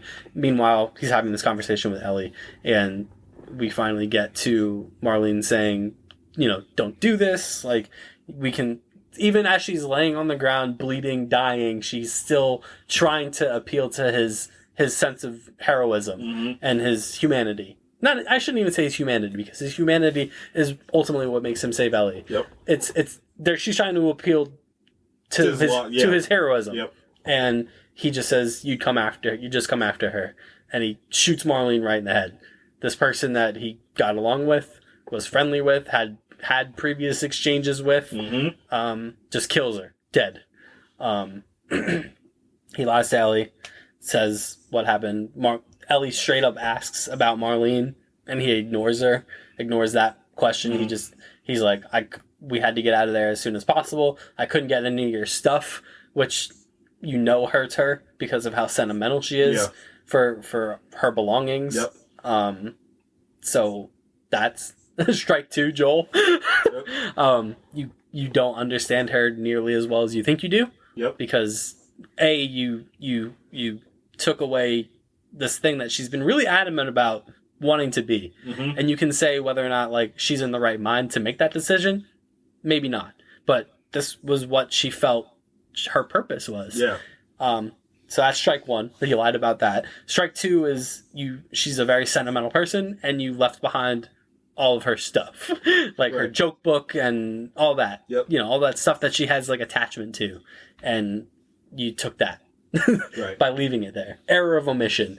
And then we get to them being outside of Jackson, and Joel's again kind of very spunky and in a good mood, and he's saying like, man, Sarah really would have liked you. And this is where it gets a little odd because it feels like Joel is really coping and compartmentalizing in a really horrible way. Yeah,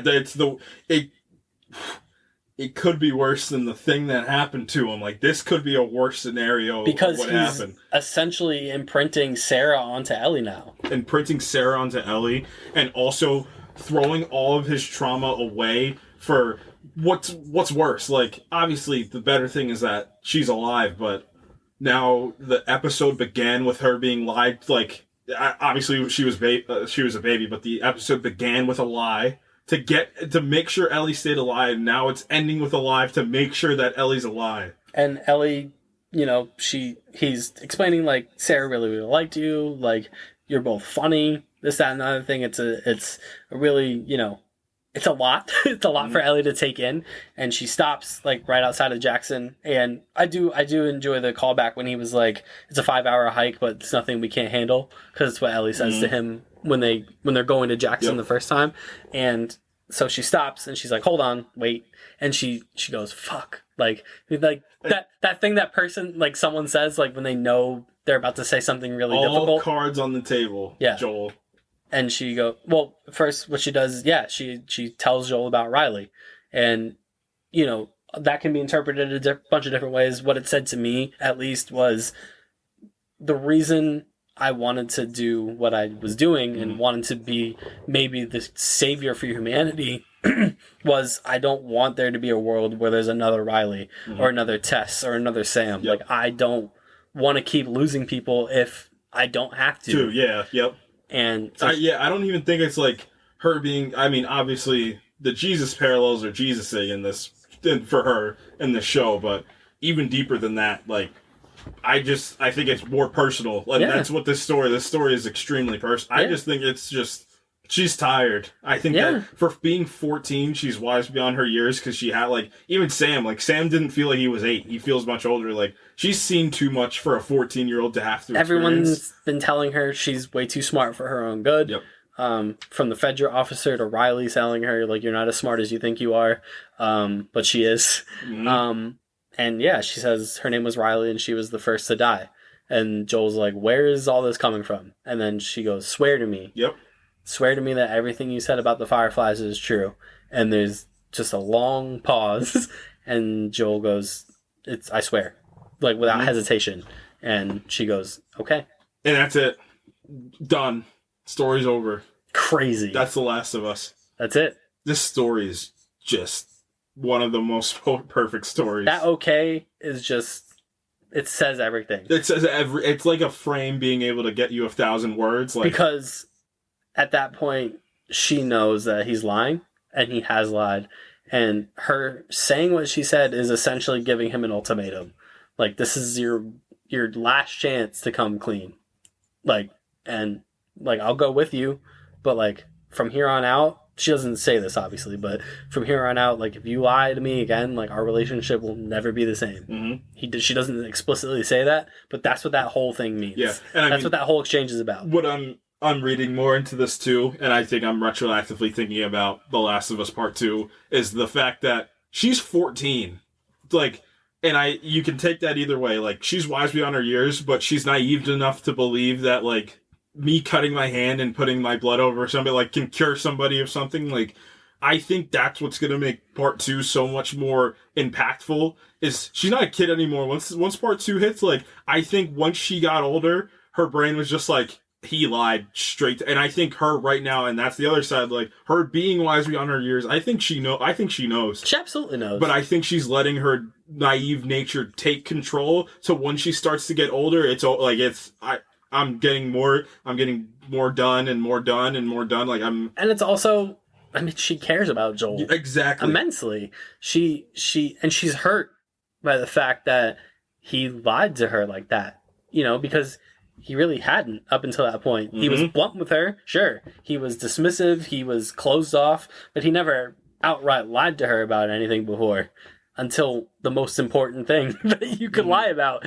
And he does it because, you know, and this is my whole thing about the morality and the lie. If he truly felt justified for what he did and felt like it was the quote-unquote right choice, he wouldn't have lied about it. Nope.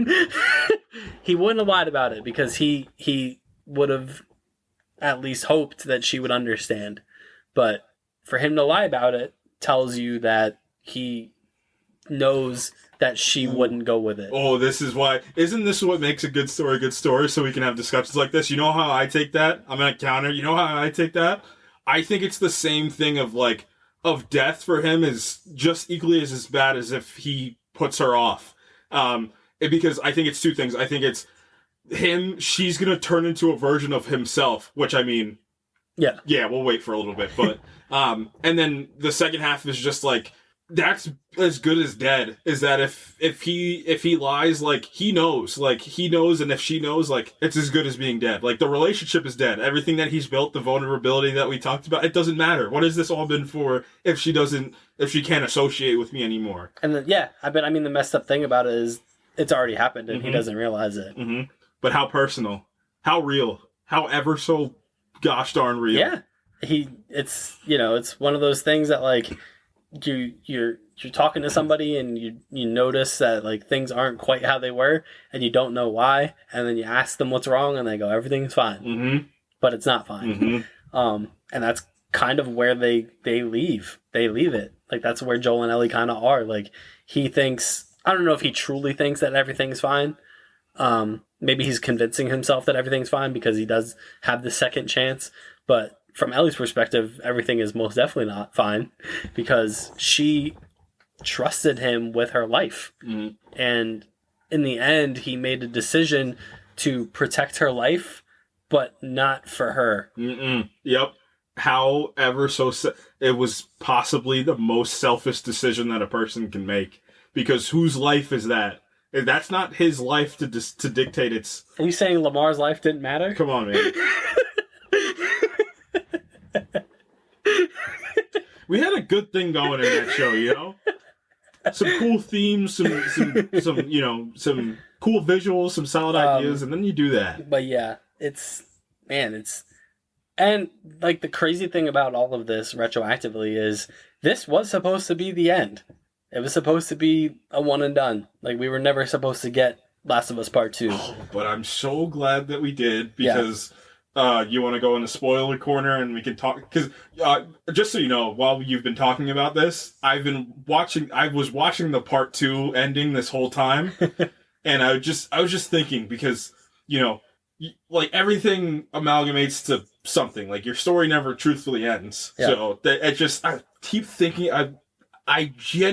Part 2, I don't know what day it was. I told you, I said on here, there was just a day. Yeah. I was just existing. And then, like, that, like, Danny DeVito meme where he's sitting in the movie theater, like, it hit me for Part 2 like a train. I was like, this is the point. Like, this was everything. So, I guess you can spoiler tag this section. Oh, yeah, I will. Yeah, there's so many things about Part 2. I mean, even more importantly than, like, physically and stuff that act, and, like, moments based, like, thematically that happens in Part 2. Yeah, so, spoiler alert, you've been warned. We're going to talk about The Last of Us Part 2, which is almost certainly going to include plot threads that are going to go into at least the next season of the show. So, if you had never played the games, skip this bit. Yeah. I'll bracket it with, like, spoiler talk here, starts here, ends here. Perfect. Because we do have some season 1 recap stuff to talk about. Right. So let me tell you about a girl built like an ox. Yeah. She got long hair. She built like an ox. So Abby Anderson is the antagonist, I guess you could say, of Last of Us Part 2. Yep. But is Joel not? See, this is why this is truthfully perspective based, because you can flip this whole thing around, and that's what I think people are missing in Part 2. I just said, like, game structure wise, but I think Part 2 might benefit the most from being a TV show. I think that's going to be the best benefit. Like, if you can put all the man babies aside and, like, get them in a corner and say, shut up for a second. Like 100% agree. Part 2 might be like, if part 1 was built for a show, like part 2 might benefit the most from it being a show. I agree. So, you know that doctor that Joel just murked? Yeah. Uh-oh. That's Abby's dad. Consequences to your, Consequences to your actions, yeah. Yep. So, I thought they were going to lean into that a little bit more. Like, I thought they were going to really kind of give us a little bit of the doctor. Like, I thought they might have had I thought him and Joel might have had a little bit more of a back and forth. Yeah. But I kind of like the fact that he just put him down because you don't think anything of it. You're not thinking about him. Like, it doesn't matter. But, and then I made my point to you because obviously we knew what was going to happen, was just like, who's anybody to anybody? Right. So you flip this whole story to, I don't know, to Kathleen. It's the same thing. Like, in Kathleen's eyes, like, I feel like this show does this story does such a great job of, like, you know, with the exception of David, like, giving everybody, you know, a spectrum of morality. Like, well, even David, like, at least in the very, very beginning, you're like, you know, if you didn't know anything, if you didn't think about, like, story structure and, like, you obviously know, like, something's off with him, like, he does come across as, like, quite magnanimous. Like, and you're like, oh, this is interesting. And then obviously, but yeah, you're right. So you look at, you know, like I said, Kathleen, like, Kathleen lost her brother, the person that meant the most to her, and the person that meant the most to everybody, and he's gone. And I thought about this for Kathleen. Not only did she lose her brother, she lost, like, you know, she now has to fill the shoes of God. Like, she now has to, of the Messiah of their group. She has to fill those shoes. And, like, now that things are different, like, people aren't going to receive her that way. So, obviously, it's a fatal flaw, which got her and her community killed. But you look at Tess, like, Tess isn't built to be, she's not this great person, like, but events transpire and you start falling in love with these characters. Everything's about perspective. So, it's just, now you get to part 2. So, what happens is that doctor is Abby's father, and, you know, you don't get told this, and then, you know, Joel and Tommy are out on patrol. Obviously, they go back to Jackson. It's 5 years later. Ellie's like 19, 20. And, yeah, they're living. Like, that's a community. They're living. Life's back to normal. Like, everything's pretty good. Like, they're just, but something's off. Something's off in their relationship. And she's older now. So now she's, like I said, she's not as naive. So Joel and Tommy are out. They meet this woman. Well, you start playing as this woman. You're like, who is this? Yeah. To Schmidt from New Girl. Who's this woman? Like, who is this? But yeah, they catch up. You're her for a little bit, and, you know, they get into a cabin. She meets it. Oh, we got to get back to this cabin, meet my friends. And then he's just like, all right, what's your name? I'm Tommy. What's your name? Joel. And everybody just Tommy goes, I'm Tommy. This is my brother Joel. And everybody's like, uh-oh. We said, what did you say? What did you say? What's your name? Joel. Shotgun right to the leg. And you're like, uh-oh. And then this game takes one of the, this is like killing Kratos and God of War. Like, you're killing your main character. Within the first few hours. Within the first few hours of this game, you're putting down your main character. So she could have just shot this guy and been done with it. But when she pulls the golf club out, and she starts bashing his head in front of Ellie, starts bashing his head in, you're like, uh-oh. Like, obviously, if you can put a little bit of logic hat on, you can understand, like, sums up. Like, somebody did something to somebody. And you're like, and, you know, Joel always talked about, like, and I think the show does a really good job about setting up that, like, it leans into it way much more of, like, Joel ain't this good person. He was doing a lot of crap in those 20 years in between. So, he's done a lot to a lot of different people. Yep. He said even down to the point of, like, these people that are, you know, antagonists right away in Kansas City in episode 4, like, I was doing that same stuff. That's how I knew. You know, about that scene real quick with Abby and Joel, you can tell for Joel, this is an accepted reckoning, because he just tells Abby straight up, like, whatever speech you got to say, just say it. Maybe the coldest line to a character of all time. Just say it, like, get on with it, basically. Let's get on with it. Like, I've been ready for this. Mm-hmm. like, as much as, like, I don't want to leave Ellie, like, I knew this was coming sooner or later. Like, right. Tess says it to him in part 1, like, we're shitty people, Joel. It's always been that way. Mm-hmm. Like, implying like something's gonna catch up to us sooner or later. I mean, Joel even says it to Ellie in part 1. It's when Ellie goes, "You guys are really good at this," and Joel goes, "It's called luck, and it is gonna run out." And Joel has this. It's this reckoning. Like he's ready to go. Like that's it. Like, and you find out why he's even more ready to go is because his relationship with Ellie has been fractured beyond deteriorated. It's gone. So like he's got nothing left. Nothing left. Yep.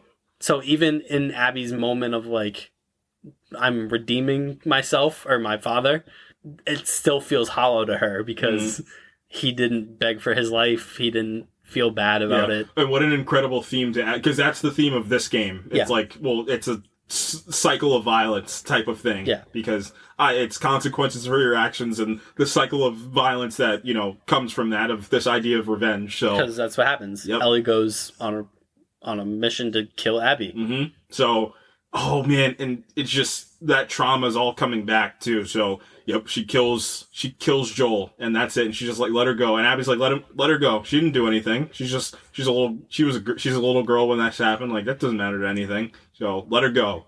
And you start playing as Ellie, and you're like, and Ellie's she's like, I can't sleep.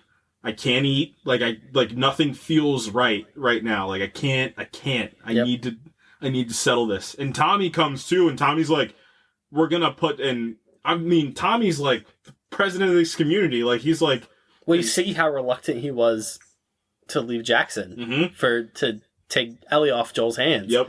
But for this, he was like, I'm out. It's like on site, like the person that put down my brother's getting killed. Like it's just, that's why it's so like making changes. Like he's got a kid on the way, and like this is, and I think we talk like heat check performances. Like I think Diego or Gabriel Luna's going to put up some acting next season. And they already said, next season or Last of Us Part 2 is going to be multiple seasons.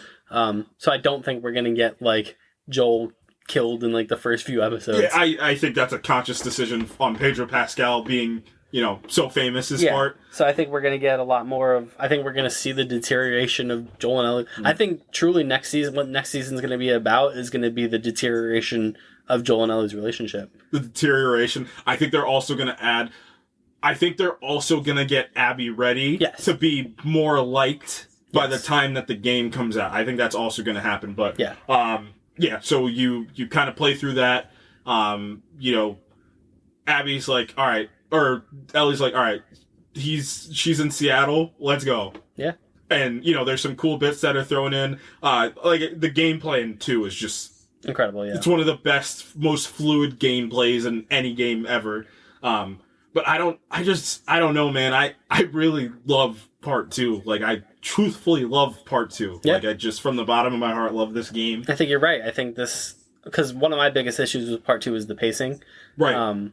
The pacing feels a little off. I talked about it. Yeah. You spend this big gameplay sequences as Ellie for these 3 days, and then you jump to Abby, and then you do the 3 days all over again. And I'm like, I'm exhausted at this point. And just because you're starting to get it's very jarring to go from Joel, like one of the biggest video game protagonists of all time, to Ellie.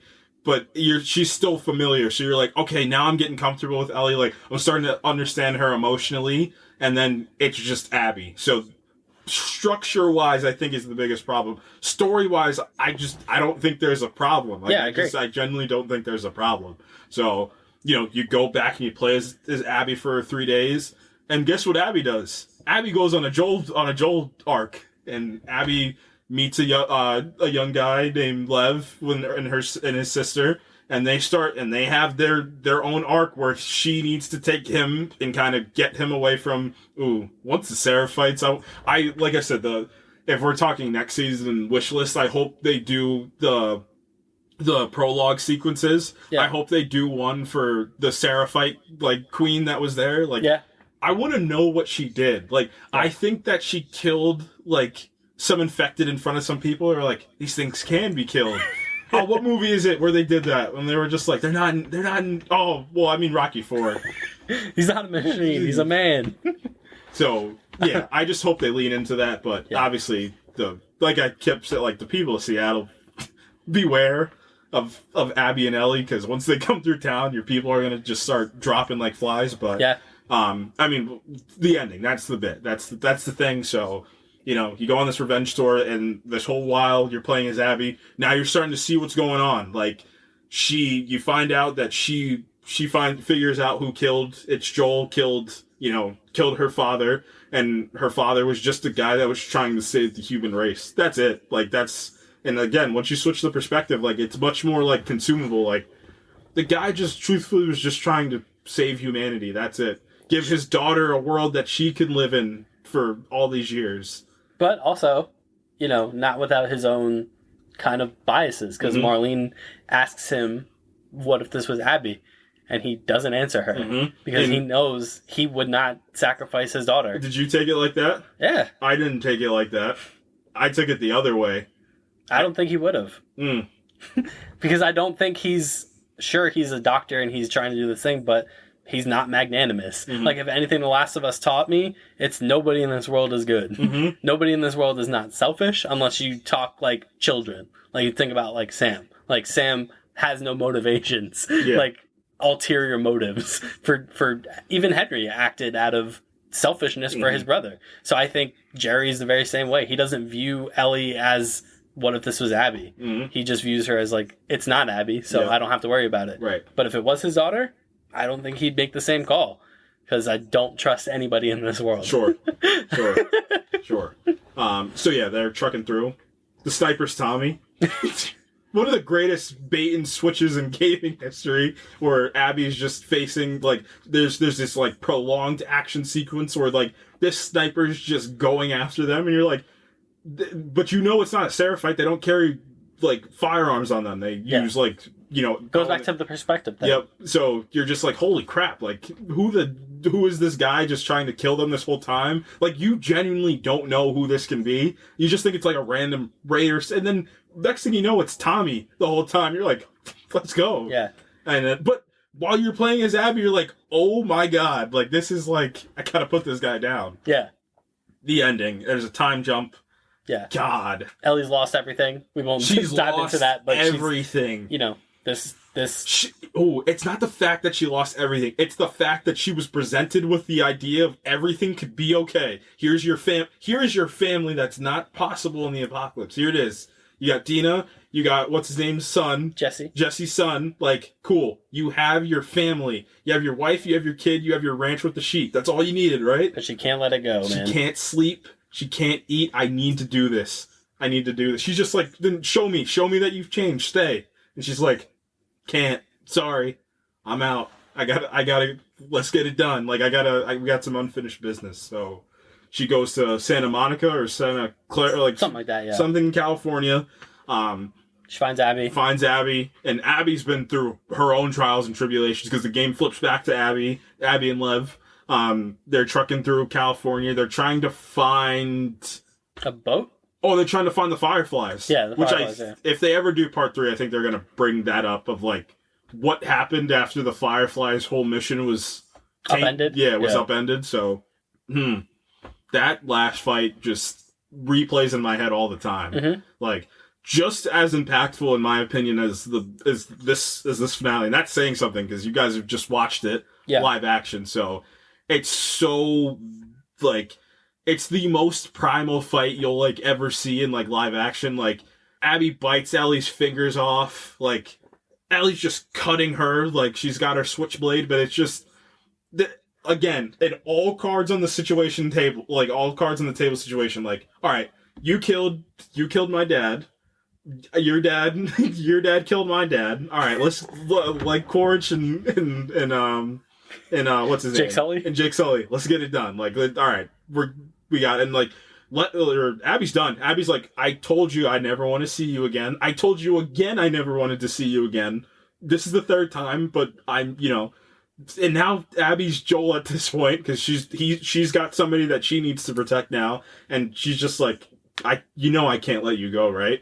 And then in the back of my head, I genuinely think Abby's like, yeah, I know we're gonna have to do this. Well, it's kind of a similar situation that Joel was in with Abby. Yep. Like, this reckoning. Yep. Like, Abby knows that this was gonna happen. Yep. So let's get on with it. Like, where does this end? Does Lev live, and Lev now goes to Jackson, and Lev's like, I'm putting down every person in Jackson because what have you did to Abby? And Ellie makes that realization. Mm-hmm. That, like, this is never gonna... Like, if I kill Lev, or if I kill you, like, someone somewhere cares about you guys, and they'll come find me, and we'll do this whole thing all over again. Yeah, we're gonna do this song and dance until it's over. So till everybody's dead. Yep. So like I said, that fight sequence is just... I remember, like, I paused and I was just like, I don't know if I'm, like, ready for this. Like, emotionally, physically, mentally, like, I don't know if I'm ready for this. They're just in this low shit. Oh, and then the stupid game having the boat in the water, and you're like, why is this boat just in this water? And you find out that's the last act of the last piece of the game. Yeah. Like, man, F this game, man. Yeah. So they're just throwing hands. That's it. Like, she loses her knife, and then it's just bare knuckles. Like, all right, this is a survival of the fittest type of fighting. So they're fighting. Ellie gets the upper hand after she gets her fingers bitten off, which I just watched and I was like, God, like, it hits every time. And then she's drowning Abby. She's about to put her down, much like Joel would do. Just put this person down. Like, why are you alive type of mentality. And then she just sees Joel strumming that guitar. She's like, I gotta break it. I gotta break this. Like you said, like, if she kills Abby, Lev comes after her, and then everybody in Jackson's at stake, and then somebody from Jackson's gonna go to them, and then it's never gonna end. Like, somebody's always gonna want retribution and for some type of action, and Ellie's she's gone. Like, much like Joel was, this is it. But she's a little bit more conscious than Joel was. Like, and I think that's where Bella Ramsey's gonna come into play. Like, you're a little wise beyond your years. Like, you gotta stop this now while there's a chance. So, let's Abby live. Abby leaves with Lev, and God, Ellie's just sitting in the shallow water, just crying, and that's it. And then you cut back, but like, yeah, man, I hate Neil Druckmann. I hate that guy so much. Yeah, let's reflect a little bit on season 1 then. We got some awards. Yeah, do the award. It's our best going bit that we've ever had. It's our season 1 awards. So I guess I'll start off, because this is a video game. Your favorite NPC from The Last of Us season 1. That's legitimately might be the toughest one we've ever had to do. Because that idea was incepted out of a video game mentality for watching these. So now this is the toughest thing. All right, I'll spit it for you. I want your best infected NPC and your best non-infected NPC. My best non-infected NPC is the guy in episode 1, the Firefly guy, that tells Joel he's gonna break his jaw. Oh yeah. Actually, honestly, truthfully, I told you this. My favorite NPCs are the old couple in the cabin. It's a great choice. They're the best. They're just the best NPCs, because they're literally the characters that, like, you encounter to, like, while you're in between, like, your mission. And, like, they're the ones that send you on your way, and they just a great little bit of humor in both of them, which I really appreciate. They make the most of their time, so they're great. My favorite infected NPC is the bloater. My man puts up just an incredible stat line in his I don't know, minute and a half of screen time. He's throwing people, he punts some guy like 30 yards. He's great. He rips what's his name? I know he's the guy that played Tommy. I forget his name in the show. Rips his head off. Does the old school bloater fatality, rips his head off. I'm like, didn't happen to me for once. Yep. Thank God. So yeah, the bloater is my favorite infected NPC. Nice. My favorite non-infected NPC is probably...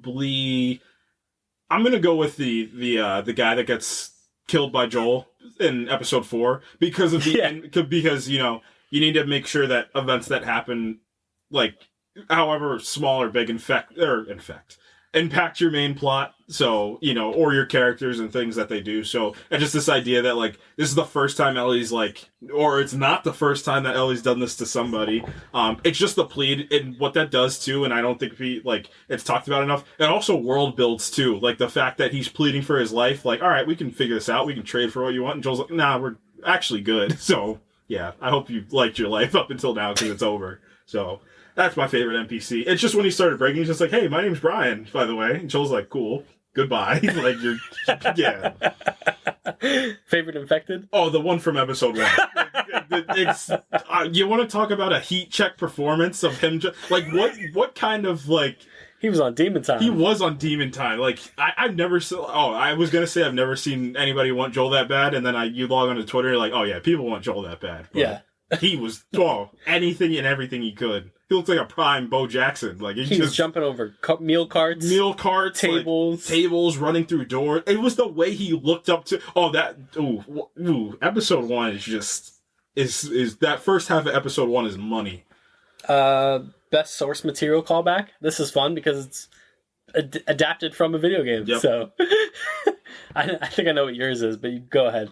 I mean, I'll give you 2. I mean, is one of them is it's the expansion of episode 3. I guess is maybe my favorite, like, because they took a single line of dialogue and a guy and like Neil Druckmann said, a guy in a bad Hawaiian shirt hanging from the ceiling, and they turned it into one of the most emotional episodes of TV of all time. Yeah. So I'll take that, and then I guess the other one would is it Dina just looking around the corner? That's pretty good. It's just, and you're just. Whoop. Maybe that's another category we got to add. Maybe we should label this category the Leonardo DiCaprio category. It's Dina and the horse. Dina and Shimmer also as a pony. Let's see. Favorite, man, there's a ton of these, man. I just like little things like Joel just doing video gaming stuff. Quick time events, baby. Joel, can you move that thing for me? I think I heard a character say to me 100,000 times in the course of that game, and then Tess does it. Mm-hmm. Can you move that thing for me, Joel? Yep. Triangle button on one. Mm-hmm. The book, the backpack. Mm-hmm. The backpack's a great source material callback. Yep. Looting. The joke book. There's so many. There's so many. This game was they did such tasteful references to the game that nothing too overbearing, but you know it still pays homage incredibly. Ish. Oh, that is one thing from the game that still holds that like broke me specifically in the game. It's just keeping on finding the notes. You're like, oh no. Those kids definitely didn't make it. No. Best exposition dump, and why is it the guy from episode 1? I mean, it's just yeah. Yep. I don't think we can. I mean, it's probably between that and Maria talking about the, how they created Jackson. Or, honestly, even Joel explaining the outbreak was a pretty good exposition dump. Because, again, the perspective idea of it, like, to him, how it went, but also how it actually did go. But, it's easily the beginning of 1. It set the tone for that show, too, and it made it like, this thing... Sent me into like an existential crisis. I'm like, what? It's just a little pause he takes, and then he's just like, but what if the Earth did get hotter? And then I looked, and I was like, uh-oh. I was like, wait. And then I got news organizations being like, how The Last of Us could happen in real life. I'm like, stop it. Stop. Cut it out. So, funniest moment? God. This hilarious show. This show is hilarious. Maybe it's in episode 2 with the sandwich. That's pretty good. That's like, that episode 2 was when I'm like, oh, she's out. Yep. This is great. Like, man, I love that bit from episode 9 where it's just like, all right, you said, here's what we're going to do. Oh, we're going to cut through this building. We're going to go up to get a vantage point. He's just like, no, I actually got some dynamite. I love that bit. What's the funniest part of the show? Show's hilarious. Is it Kathleen giving that little speech to all the people in there? I love how blunt Kathleen is about everything. She's just like, you guys are informers. Inform what's going on. That might be it. That's my funniest moment in this. It's Marlene yelling at Kim. You took my original one that I pointed you out to. That's absolutely hilarious. You have a effing ear on your effing head, Kim. She was waiting for, I presume, months, maybe years, to unload on Kim. Like, it was, you could tell, because that's how someone acts when they've been waiting to unload on somebody and they just never had the right moment, because I'm sure Kim has been lovely. Yep. And I'm sure she's done everything Marlene asked. but just probably not very competently. Right. So Sure. Marlene's probably been very frustrated with Kim over the years, and she has had it.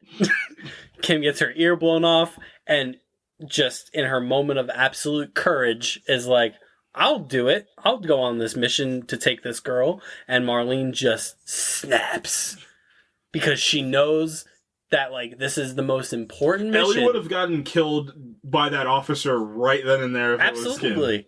And she knows this is, like, the most important mission ever. She is not letting Kim do this. And she just lets her have it. You don't have an effing ear on your effing head. Well, could you please? Could you please? Like, sure, she was like, you have some nerve saying that you would to take Jesus across the country. Shut up! Couldn't do it. Can't even kill a normal guy. Oh God. my goodness gracious! Favorite action sequence. God, I mean, it's oof. There's 3 legitimate ones. It's between 4 now because episode 9. So it's Joel. Obviously, the end scene with Joel. It's David versus Ellie. It's the episode 1 take from. It's the entirety of the second where Sarah runs out of the house until Sarah dies, and then it's episode 5. The infected encounter in episode 5. Can I give you one more? Sure. The clicker. Oh, my fault. Yeah, that's an immaculate one. That's probably mine. I'm going the episode 5 one. Nope. The hospital? Nope. Episode 1? Exactly. Yeah. I just set the tone for what this show was going to be because, especially in the world we live in now and, like, the media that we get now, you never know. Like, if it's going to be, funnier, just completely, like, they knew exactly what tonally they were. God. The budget is just... Well, we talked about it when we talked about episode 1. It's one of the best pilots of any TV show ever. Like, no pilot sets the tone and embodies the mission statement more than episode 1 of The Last of Us. It's just episode 1 has the best aura of any of the episodes. Like, it's the reason why it got as popular as it did. The feeling you get, because you didn't need a game to tell you that this situation is gone. Like, this is just, there's no saving this. It's like, as soon as, like, Grandma Adler was just turning out of focus. We'll talk about that. I was like, holy We'll talk about that moment. But yeah, just the airplanes overhead. I was like jaw dropped. I was like, is this real? Like, is this a real TV show that I'm watching right now? Like, and that man, one thing, yeah. They crashed that plane. They crashed the plane.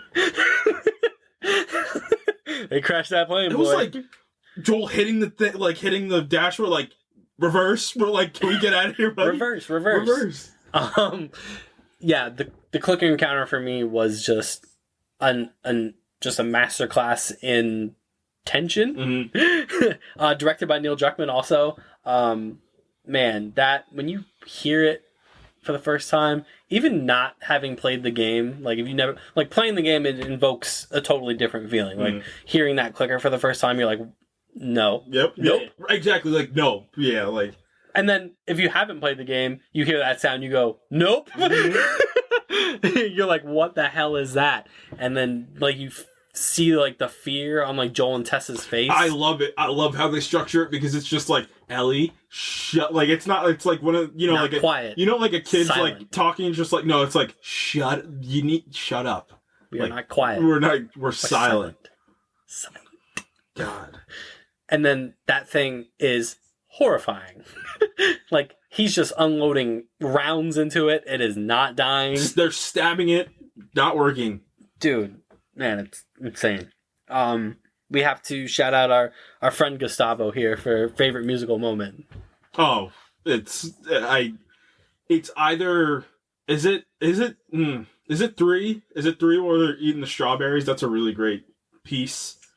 Is it anytime he remixes All Gone from the original score, and which 9 does the best version of that when Joel, I think that's probably it. It's just it's the conscious decision to make your score, more encompassing of the actual media instead of the score just being a thing that's cool to throw on there. It's like drowning out. It's the saddest piece of score. Like, you're drowning out all the sound and you're letting the score take over for a little bit.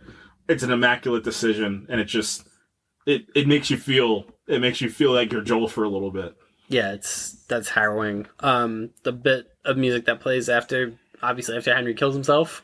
I don't want to talk about that. Man, I mean, there's so many. I could even say the opening credits for the best musical moment. Like, that's how good this score is, and how good Gustavo Santaella is at his job. Because we talk about it all the time when we talk about this award with the music. Like, anytime the music can make you feel a thing and invoke emotions of the scene that's unfolding, it's great score. And this show has that just on 10. Like, this is one of the best video game scores that accompanies the story ever. And now it's translated into TV and it does the same exact thing. It's amazing.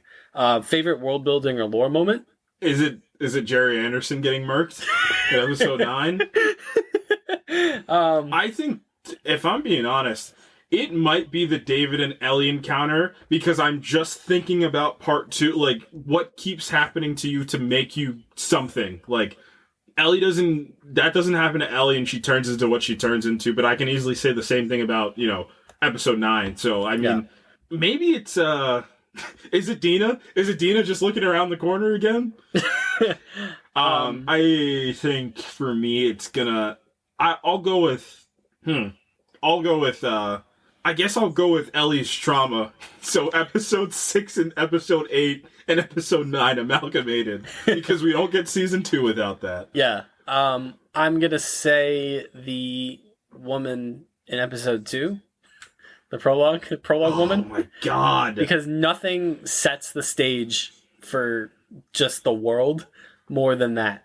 It's like hypothetical fear in one, and like, oh shoot, like I told you, because we watched the scene right before we hopped on, like it is like the definition of like, somebody walking up to you, like credible, like the most person you trust the most in the world, and be like, the world's gonna end tomorrow, so you better get your affairs. I love how calm she is.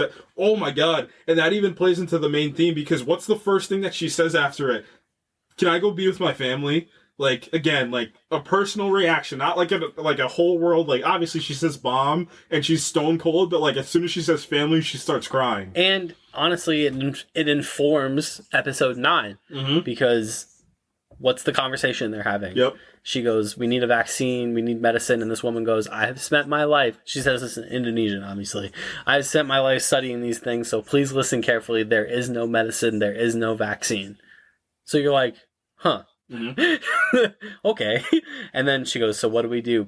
Start bombing, bomb the city and everyone in it. And the guy's like, there's no hope. Like, there's no hope. Nope. Like, there's nothing. Which directly doesn't inform Joel, because again, like we've litigated, he's not thinking about that. But in a way, it does inform that decision. Favorite line? I thought Andor was the toughest version of this. This is, I mean, what do you even pick out of this? We could go episode to episode to episode. For real. You go first. I think I have mine. I think mine is honestly that freaking time heals all wounds, I guess. God. Wasn't time that did it. Like, what embodies that relationship and the growth of that relationship more than that dialogue exchange? Like, him not directly saying that she changed his life, but also indirectly saying that she changed his life and gave him purpose again, is just, it's amazing. Like, it's a testament to the character development. I mean, I could pick anything from episode 3, which I'm sure you're going to go down that avenue, so I'll just let you handle that. I'll give you my non-serious one, but my totally serious one. So I'm going to say something, and then I just need you to say what after I say the thing. All right? Ellie. What? Tell them the little girl, her name was Ellie, that broke your effing finger. It might have been it was just, again, because I'm thinking about part 2, she had the look. Violence in your heart. Eyes. Yeah, you had violence in your heart. She had literally the look from the poster from part 2. She had the look, and I was like, I guess people wanted Bella Ramsey to be recat. I'm like, are you nuts? Like, they ought to be over the moon lucky that they have her for part 2. Like, I kept thinking about like where she's gonna go to part 2. Like, my God, but Yeah, it's the note from episode 3 From Bill. It encompasses everything that Joel is going to happen to him, and how he's in the subconscious, like I said, primal parental thing, that how like we're protectors, Joel, and like God help the soul that gets in our way. Like, it's just, that's what happens. Once we protect something, like, there's not a single entity on this planet that can get in our way of taking that. That's what culminates in episode 9. And like I said, like, I talked about it during episode 3, like, why is this episode important? Because you easily could have just gotten them the car battery. That's boring. What you could have done is, show that this is possible, even a loving relationship like this, or a parent-to-child relationship like that, like a brother-to-brother relationship. All these things are possible, but what's more important is, like, this idea that, look, you're practitioned by a higher power, so if you believe in that, to be a protector. That's what you were put here for. And, oh man, that even lends to the episode 9, him trying to kill himself. Like, was it him and he just flinched? Sure. Was it some higher power being like, you're flinching because your role's not over yet. Like, you haven't served your full purpose and yet. I mean, the extension of that Bill note is even, I used to hate the world and I was happy when everyone died. Mm-hmm. But I was wrong, because there was one person worth saving, and that's what I did. Mm-hmm. I saved him. God, episode 3 is so good. Favorite shot? There's a lot. There's a lot. Grandma Adler, man. Go ahead. Go off. Dude, what else needs to be said about it? It's the most It's so horrifying. They love their out-of-focus shots in this show. And this one is just, it's burned into my brain. Yep. This woman convulsing in the background while Sarah just is not aware of anything. Mm-hmm. Is like, get out of the house. Get out of the house. Episode 1 feels like a movie. Like, that's the quality that... The whole season, obviously, feels incredible, but, like, episode 1 legitimately feels like a film. Like, get out of the house. Like, get out of the house. Get out of the house. Man, why didn't we pick for the favorite line, 3 nails plus 1 cross equals 4 given? Mama Adler was onto something. And then she got her throat ripped out. She did. Yeah. So is she going to forgive her mom? They'll have to have that conversation when they're both in hell, presumably. But they're alive. Well, not anymore. So what's yours? It's got to be from episode 7. Yeah, the mall. The mall. Yeah. You get me with some 80s. You get me with some teen first date. You got me. The color. The colorization behind it, too. Again, just what makes Ellie, like, being in awe of all these things, too. Like, something that we take for granted, Ellie would never take for granted. That's one thing I love about her character. Yeah. So that shot is just, it's immaculate. Also a shot I'm desensitized to, because it's the first one we saw, like when we first saw the show. Them in front of the crashed plane is a really great shot, because, like, that kind of embodies, like, the world that they're in. Mm-hmm. Like, they both are looking at the plane totally differently, which I think is really cool. All right, we're getting to the heavy hitter ones now. Favorite moment or scene?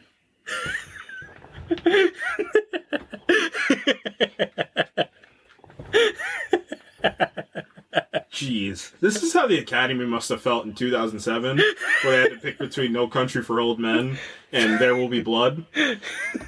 How do you pick between two of the greatest movies of all time? How do you pick a favorite scene in this show? You can't. How do you do it?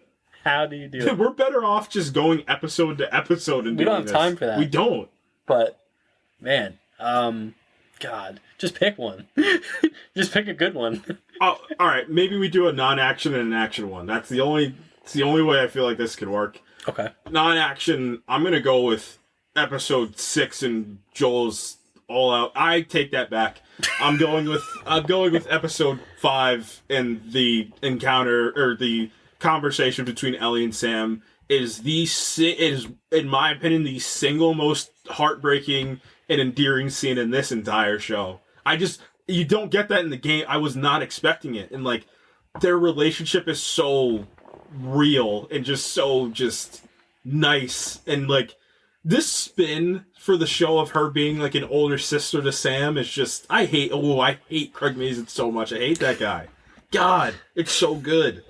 Man. I guess my favorite action sequence, or my favorite, like, action piece of that would be The episode 1, the long taping up. It's so hard for me not to pick that one. It's so well done. Mine is the "Just Give Me One More Day" scene from episode 3. God, my God. Had a lot of bad days. I've had bad days with you too, but I've had more good days with you than anyone else. Just give me one more good day. God. Episode 3, that needs to be like taught. Yeah. For real. I'm not even kidding when I say that. Like, it's not hyperbole. Like, I make a lot of jokes about how great things are on this when we talk, but like, this legitimately is like, you need to put this in like a film class and be like, this is how you do it. The idea that they can craft this episode around 2 minor characters and invoke all the emotions that they invoke, put these guys on legitimate arcs in 90 minutes, and then they're never seen again, is crazy. And still impact the main story. Yeah, and it's nuts. And I said, like, what's her name? Tess gave him the what, but Bill gave him the why. Yeah, it's nuts. It's absolutely nuts. And then I think I'm actually going to agree with you on the episode one take. It's crazy. It's so crazy. Like, talking about like adaptation too, like adapting that basically from the game, like that in the cabin camera is nuts. It's from that moment on, you're just like tense the whole time. You're tense and you don't let that go until basically Sarah dies. There's so much going on in there too. It's chaotic. Like the conversation in the car, like, how do you keep a child calm in here? Like a brother to brother, like, dude, is this really like, is this happening? Or like, there's so much. Oh man. All right. I got 3 more. One is a gag one that I'm saving for the end. Nice. Is it one that we talked about, or is yeah, this... Oh, okay. We talked about it. Favorite character. I hate you. Like, what do I do with this? Yeah, my God. It's so I guess we can do this favorite side character and then favorite main character because it's too difficult. So my favorite side character is Sam, because I can't believe they made the choice to make him 8. Just makes it even tougher. Yeah. But it just, again, it's the spectrum of innocence to the spectrum of evil. Like, he has no biases. He's just existing, and like, you know, Kathleen calls that existence into question. Like, does he matter to anything? Like, he's a kid. Kids die all the time. Doesn't matter. Like, he encompasses everything that you want to keep going for in this world. Like, as a person, as like a human, as a brother, like, you want this kid to make it, and you want this kid to be happy. So. But no. to quote Kratos, no. And then for me, it's Bella Ramsey. It's Ellie. I think is the best character in the show. Yeah. Once it hit episode 6, that's when I was like, oh wow, like Bella Ramsey's actually like, she's got the, and you're essentially auditioning for part 2. Yeah. Like, and like, for me, it was in episode, what was it, 7? It was in episode 7 where there was just little subtle moments where she's not saying anything. Like, you can dictate a lot of acting from what's not being said. Yeah. There's too many moments in 7, and then obviously 8 is the crux of all of that, but she's got the thing. She's got the emotional bit down, but she's got the ferocity down. Yeah. Man, favorite side character.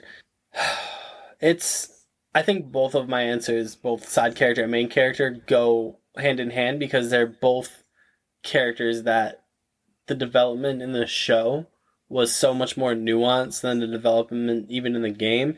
And Bill is my favorite side character because in the game there's a little bit of nuance there, but that you don't really get until like the end of like the little Bill arc.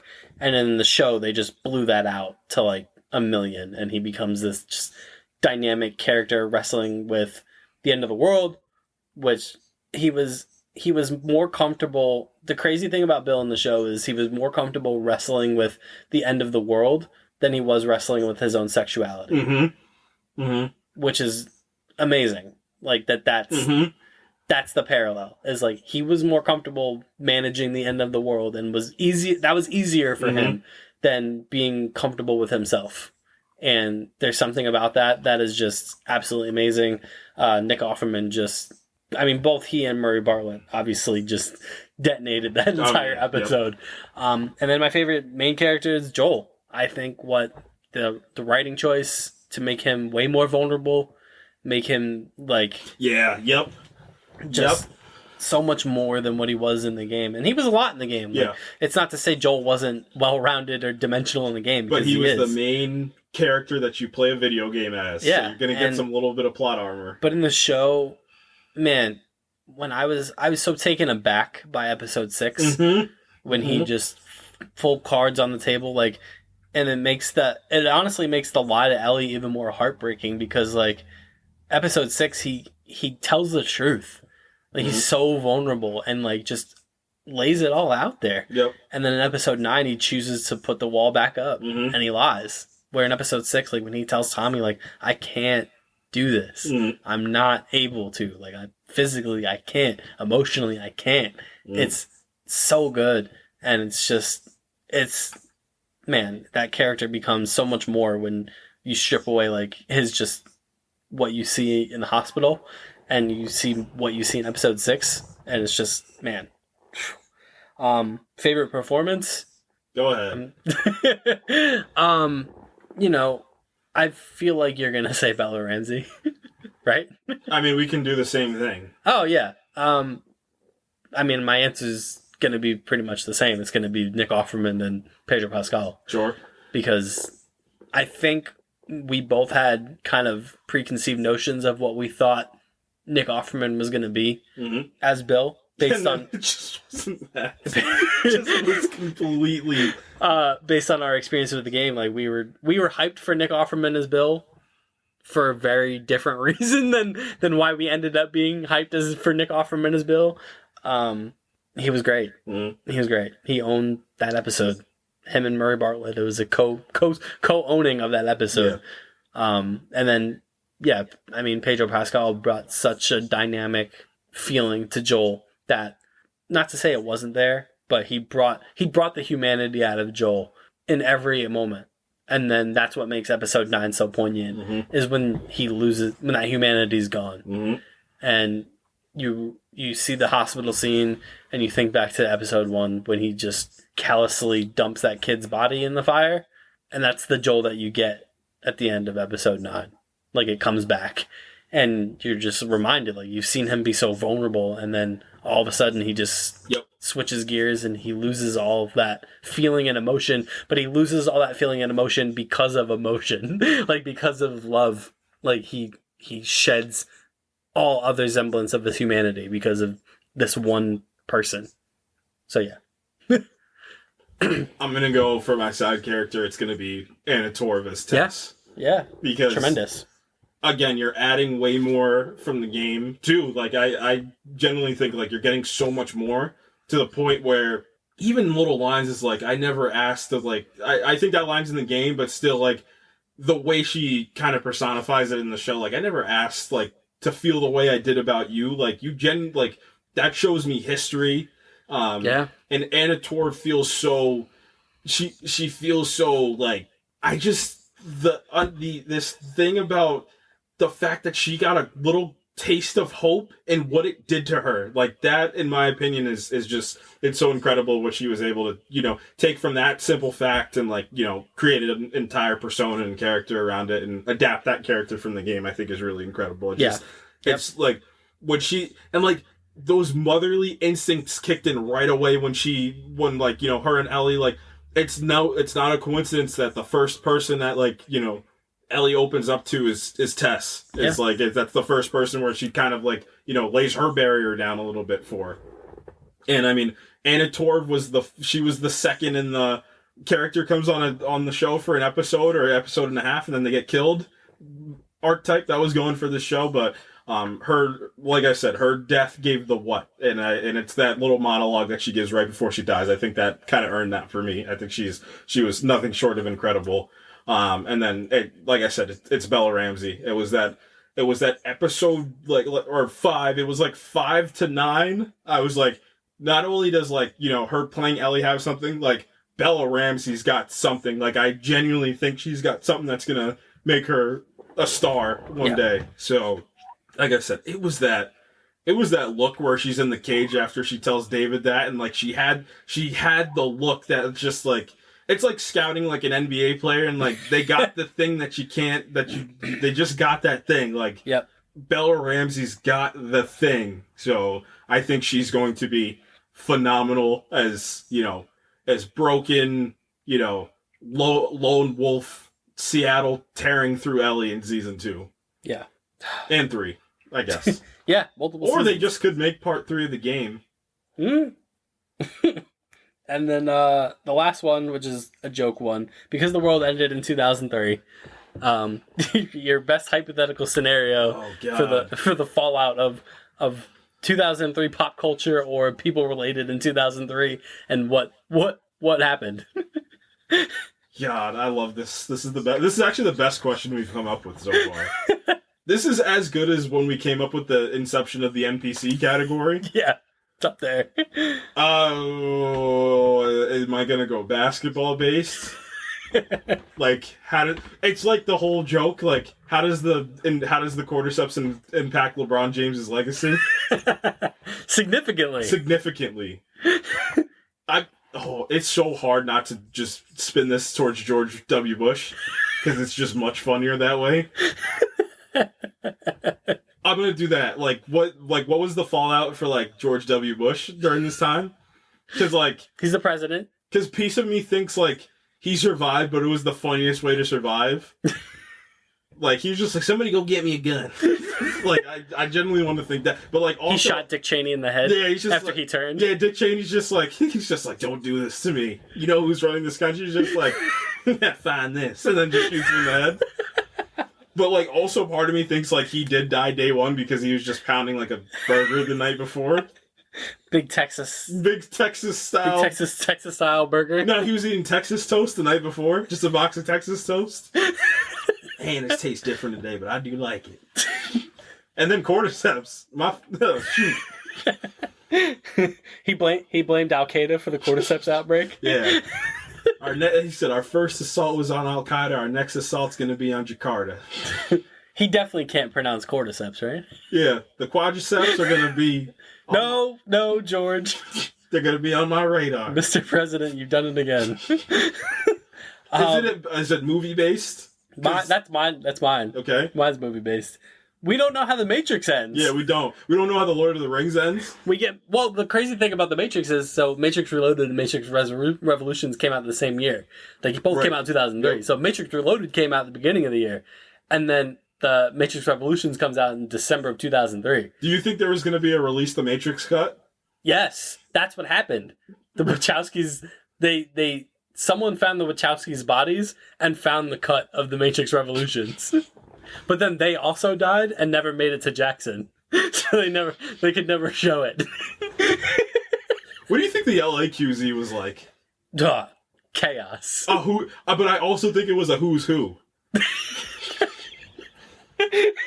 You're Kobe Bryant from the Los Angeles Lakers. Oh man, it's the most famous outbreak. Oh yeah, the LA one has got to be nuts. Just because the New York one I think is too crazy, and like stars don't stay like they're not in Brooklyn, like they're in the Upper East Side, and like I just got to think the QZ zone was closer to like the border, like so, Beverly Hills, right? Like like the QZ zone in LA was in LA, like it's in downtown LA. So I just got to think like that Sunset Boulevard was nuts. Whew. Man, just who's famous in 2003? Ben Affleck and Matt Damon. Yep. Fresh off an Oscar win. Dead. I just gotta think that Ben Affleck's surviving somehow.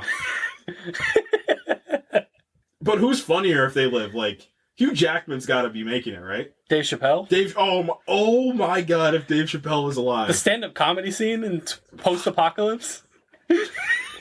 Well, that's what I was saying about the basketball. Like, you think, like, the NBA was still a thing? Like, I guarantee you David Stern found a way for that league to keep going. The bubble. The bubble? Oh my god, the first bubble was the outbreak. You gotta get hit with that gun, like the same thing. Yeah. You gotta get hit with the gun before you walk in. It turns red. Each team gets one infected on their team. Sorry, Chauncey Billups. Gone. Like, you just each team gets an infected player. Like, you get like a clicker at like point guard. God. I know he don't look like much now, but Kobe was a beast back in the day. And Kobe's just like a clicker now. Come on, man. Tracy McGrady. Oh my God. Vince Carter is just... If you thought he was jumping before... Imagine Vince Carter as a runner. He has a 70-inch vertical now. Oh, man, this is a whole nother episode of the podcast. Mm-hmm. Like, imagine, like, let's see, 2003. Like, imagine, like, Ray Lewis. Oh my God. We're all dead. Yeah. The Ray Lewis infected probably took over Baltimore by himself. By himself. But I just got to think that Ray Lewis was also fighting back, like, in his brain, because that's how it works, like, it infects your mind. Like, I also got to think he was also fighting He was the back. most conscious infected. Mm-hmm. Like, you see, like he turned into a bloater instantly, probably. Oh, yeah, he skipped every form of infection. He was a bloater with a little do-rag on. Yeah. And then, like, the bloater bursts through the door, and, like, you're like, oh my God, it's a bloater. And then he just does that little, like, the bloater does the dance. And you're like, oh, it's just Ray Lewis. No, the other side, like, oh, shoot, it's Ray Lewis as a bloater. We got to go, man. He's got the 52, just, like, it's not even But it's, like, ripped. Yeah, it's not a jersey anymore. It's just, like... Emblazoned on his chest. Just... God. You're like, oh, no, it's Ray Lewis. What's the music scene look like? Well, 50 Cent made it. Yeah, 50 Cent made it. Well, this is the whole point, is that Get Rich or Die Trying was, like, the greatest thing ever. Yeah.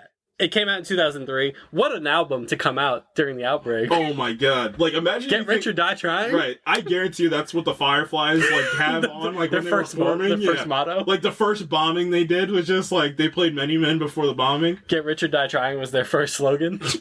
They were like, I just don't think this is gonna work. Get cured or die trying. Die trying. I told you, after the outbreak, 50 Cent went back and rewrote Get Rich or Die Trying to compensate for the pandemic. Mm-hmm. It feels very weird calling that a pandemic. I don't like it. There's got to be another word for pandemic that's like ends the world. There isn't. I don't like it. All right. That's it. We're done. Yeah, we gotta go. We do need to do a whole nother episode on 2003 and what happened. Maybe not even infect. Maybe we just do an episode on 2003.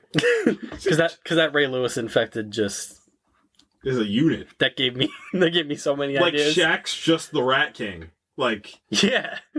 But, like, he's just made up of everybody he's dunked on. But he can't shoot free throws. Yeah, well, that was never going to change. Like, you know how the bloater, like, pulls pieces of himself off and throws them? He just misses. The Shaq one just misses you wildly. You're like, oh, that's just Shaq. Oh, we're good. That's what I need. I need, like, famous infected and, like, how you would identify them that it's them. Oh, okay, it's 2003? Like Brad Pitt. Slick back hair. Oh, you're just Brad Pitt. Oh, it's the Brad Pitt infected. Well, he's just with Angelina Jolie. Oh, okay. Man, that infected is real charming. I almost want to get infected by this guy. He's just the one from episode 2 that infects Tess. Sam Jackson's a very loud clicker. Oh, Sam Jackson made it. I don't have a shadow of doubt he made it. I guarantee you, like, him, Morgan Freeman, like, they all made it. Like, they all found a way to make it. True.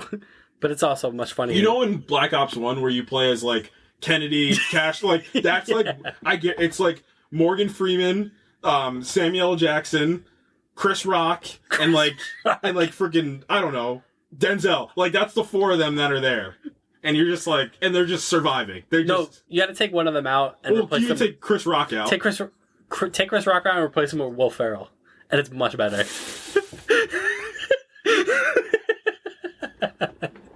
Or Ryan Reynolds. In 2003? Or early 2000s Chris Evans. Oh my God. When he was in his scumbag era. And he was young, so it's like the perfect amalgamate. Because like Morgan Freeman's the old guy. Yeah. Like Denzel's Denzel, so he's the main character. God. How did you get here, Chris Evans? How did you get here? He said, oh, you're going to stay here, Chris Evans. Okay, all right. Okay. Oh, man. All right, we got to wrap this up. Maybe Denzel should be the villain of the third game. They can't get Denzel. Of course they can't. Yeah, Remember when Jeffrey Wright popped up in the second game? Crazy. They got to get him back. Oh, that's got to be Merle Dandridge for season 2. Is Jeffrey Wright's got to play? Yeah, 100%. Play his character. All right, let's go. Yeah. Let's get out of here. Social media time. Follow us at ProjectINF_pod. Mm-hmm. You can follow us on Instagram. You never do it this early. I was mid-drink. You say the Twitter first. God. I did that on purpose. God. You set me up, Ernie. Instagram. At Project Infinite Pod. There it is. You follow us on Facebook. This is what I usually do second. New episode is going to be posted on... My favorite NPC is the guy from episode 1 that he sells drugs to. That's my favorite NPC in this whole thing. Because it reminded you of the guy from Star Wars Episode 2. You want to buy some death sticks? I want to go home and relive my life. You tell me to look for the light and I'll break your jaw. I was like... I said, he is Joel. That was my first Pedro Pascal as Joel moment. I was like, yep. Robert. That guy's the worst. That is a stupid idea. Bang. Tess had that dog in there. She really did. Her voice was so booming. I'm not a firefly. Joel. What are we doing Shazam next week, yeah? Shazam, John Wick, maybe. John Wick's getting some rave really reviews. Good reviews out of the gate. Yeah. Nice. But we got to do Shazam for the memes. But is it a meme?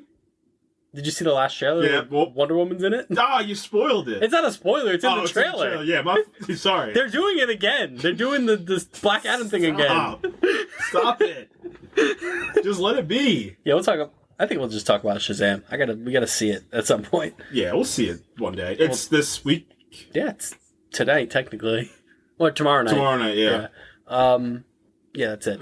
That's The Last of Us. Yeah. What a season, man. What a season. What a way to start the year. That's a really good way to start the year. And we knew it. We knew it, but we also didn't know it. I knew the show was going to be good. I mean, it's like I said, when you're making something, it's not just about this person's playing the main character. That does it. There's so many more things that go into it. I said Chernobyl, you say. Right. And I remember when they did the casting, well, obviously we were like, all right, they did the castings, right? And then they were like, Craig Mazin from Chernobyl's doing that. We're like, excuse me? Hold on. Wait a minute. Wait, this just took another... This went another level. And then they were like, well, Neil Druckmann's going to be here the whole time and direct an episode and help write these episodes. Nick Offerman is Bill. And then that's where you were sold. That's where wait a minute. Actually, nothing else, no other news matters. This is. But yeah, I mean, expectations, I would say, were moderately high for me, and they were exceeded like exponentially. Like I was floored. This ended up being one of my favorite shows in years. I can't believe this exists. Not just of this year, just in years. Mm-hmm. This show is up there for me, like with Game of Thrones and like all of that. Like it's in that echelon, mm-hmm. And I mean, it shows just in the casual appeal that it has. Like I think the finale ended up being like the most watched finale that they've had. Like on HBO, like even more so than the House of the Dragon. Like the Last of Us viewership ended up exceeding the House of the Dragon viewership, which is nuts. Because House of the Dragon was also spectacular. Put some respect on HBO's name. Yes. Yep. They're the kings of this kind of long form prestige TV. Yep. Like they're the kings of this. Sunday 9:00, the last thing you do of the week. And they got it. They got you. They're the kings of this. So season 2 is apparently going to start filming this year, later this year. So we'll definitely return to The Last of Us when season 2 gets ready to come out. But you haven't seen The Last of Us. That's it. It's the last one. Oh yeah, from me and from the man. You got to be real careful here. From the Jerry Andersons. God. From the man, who didn't I give? I have a feeling I know what you're gonna say now. No, you don't. Yep. Yes, I do. No, you don't. Yes, I do. What am I gonna say? Can we do it on 3? Wait. Yep. This Wait. is gonna be embarrassing when it's different. Hold on. All right. Go ahead. Do the countdown. 3, 2, 1. Frank. Tommy. Dang it! I think I gave you Frank when we did the episode 3 episode. I'll take it. But the Uncle Tommy of the podcast. Careful. You took 2 letters off of that. We would have gotten canceled. Oh, no.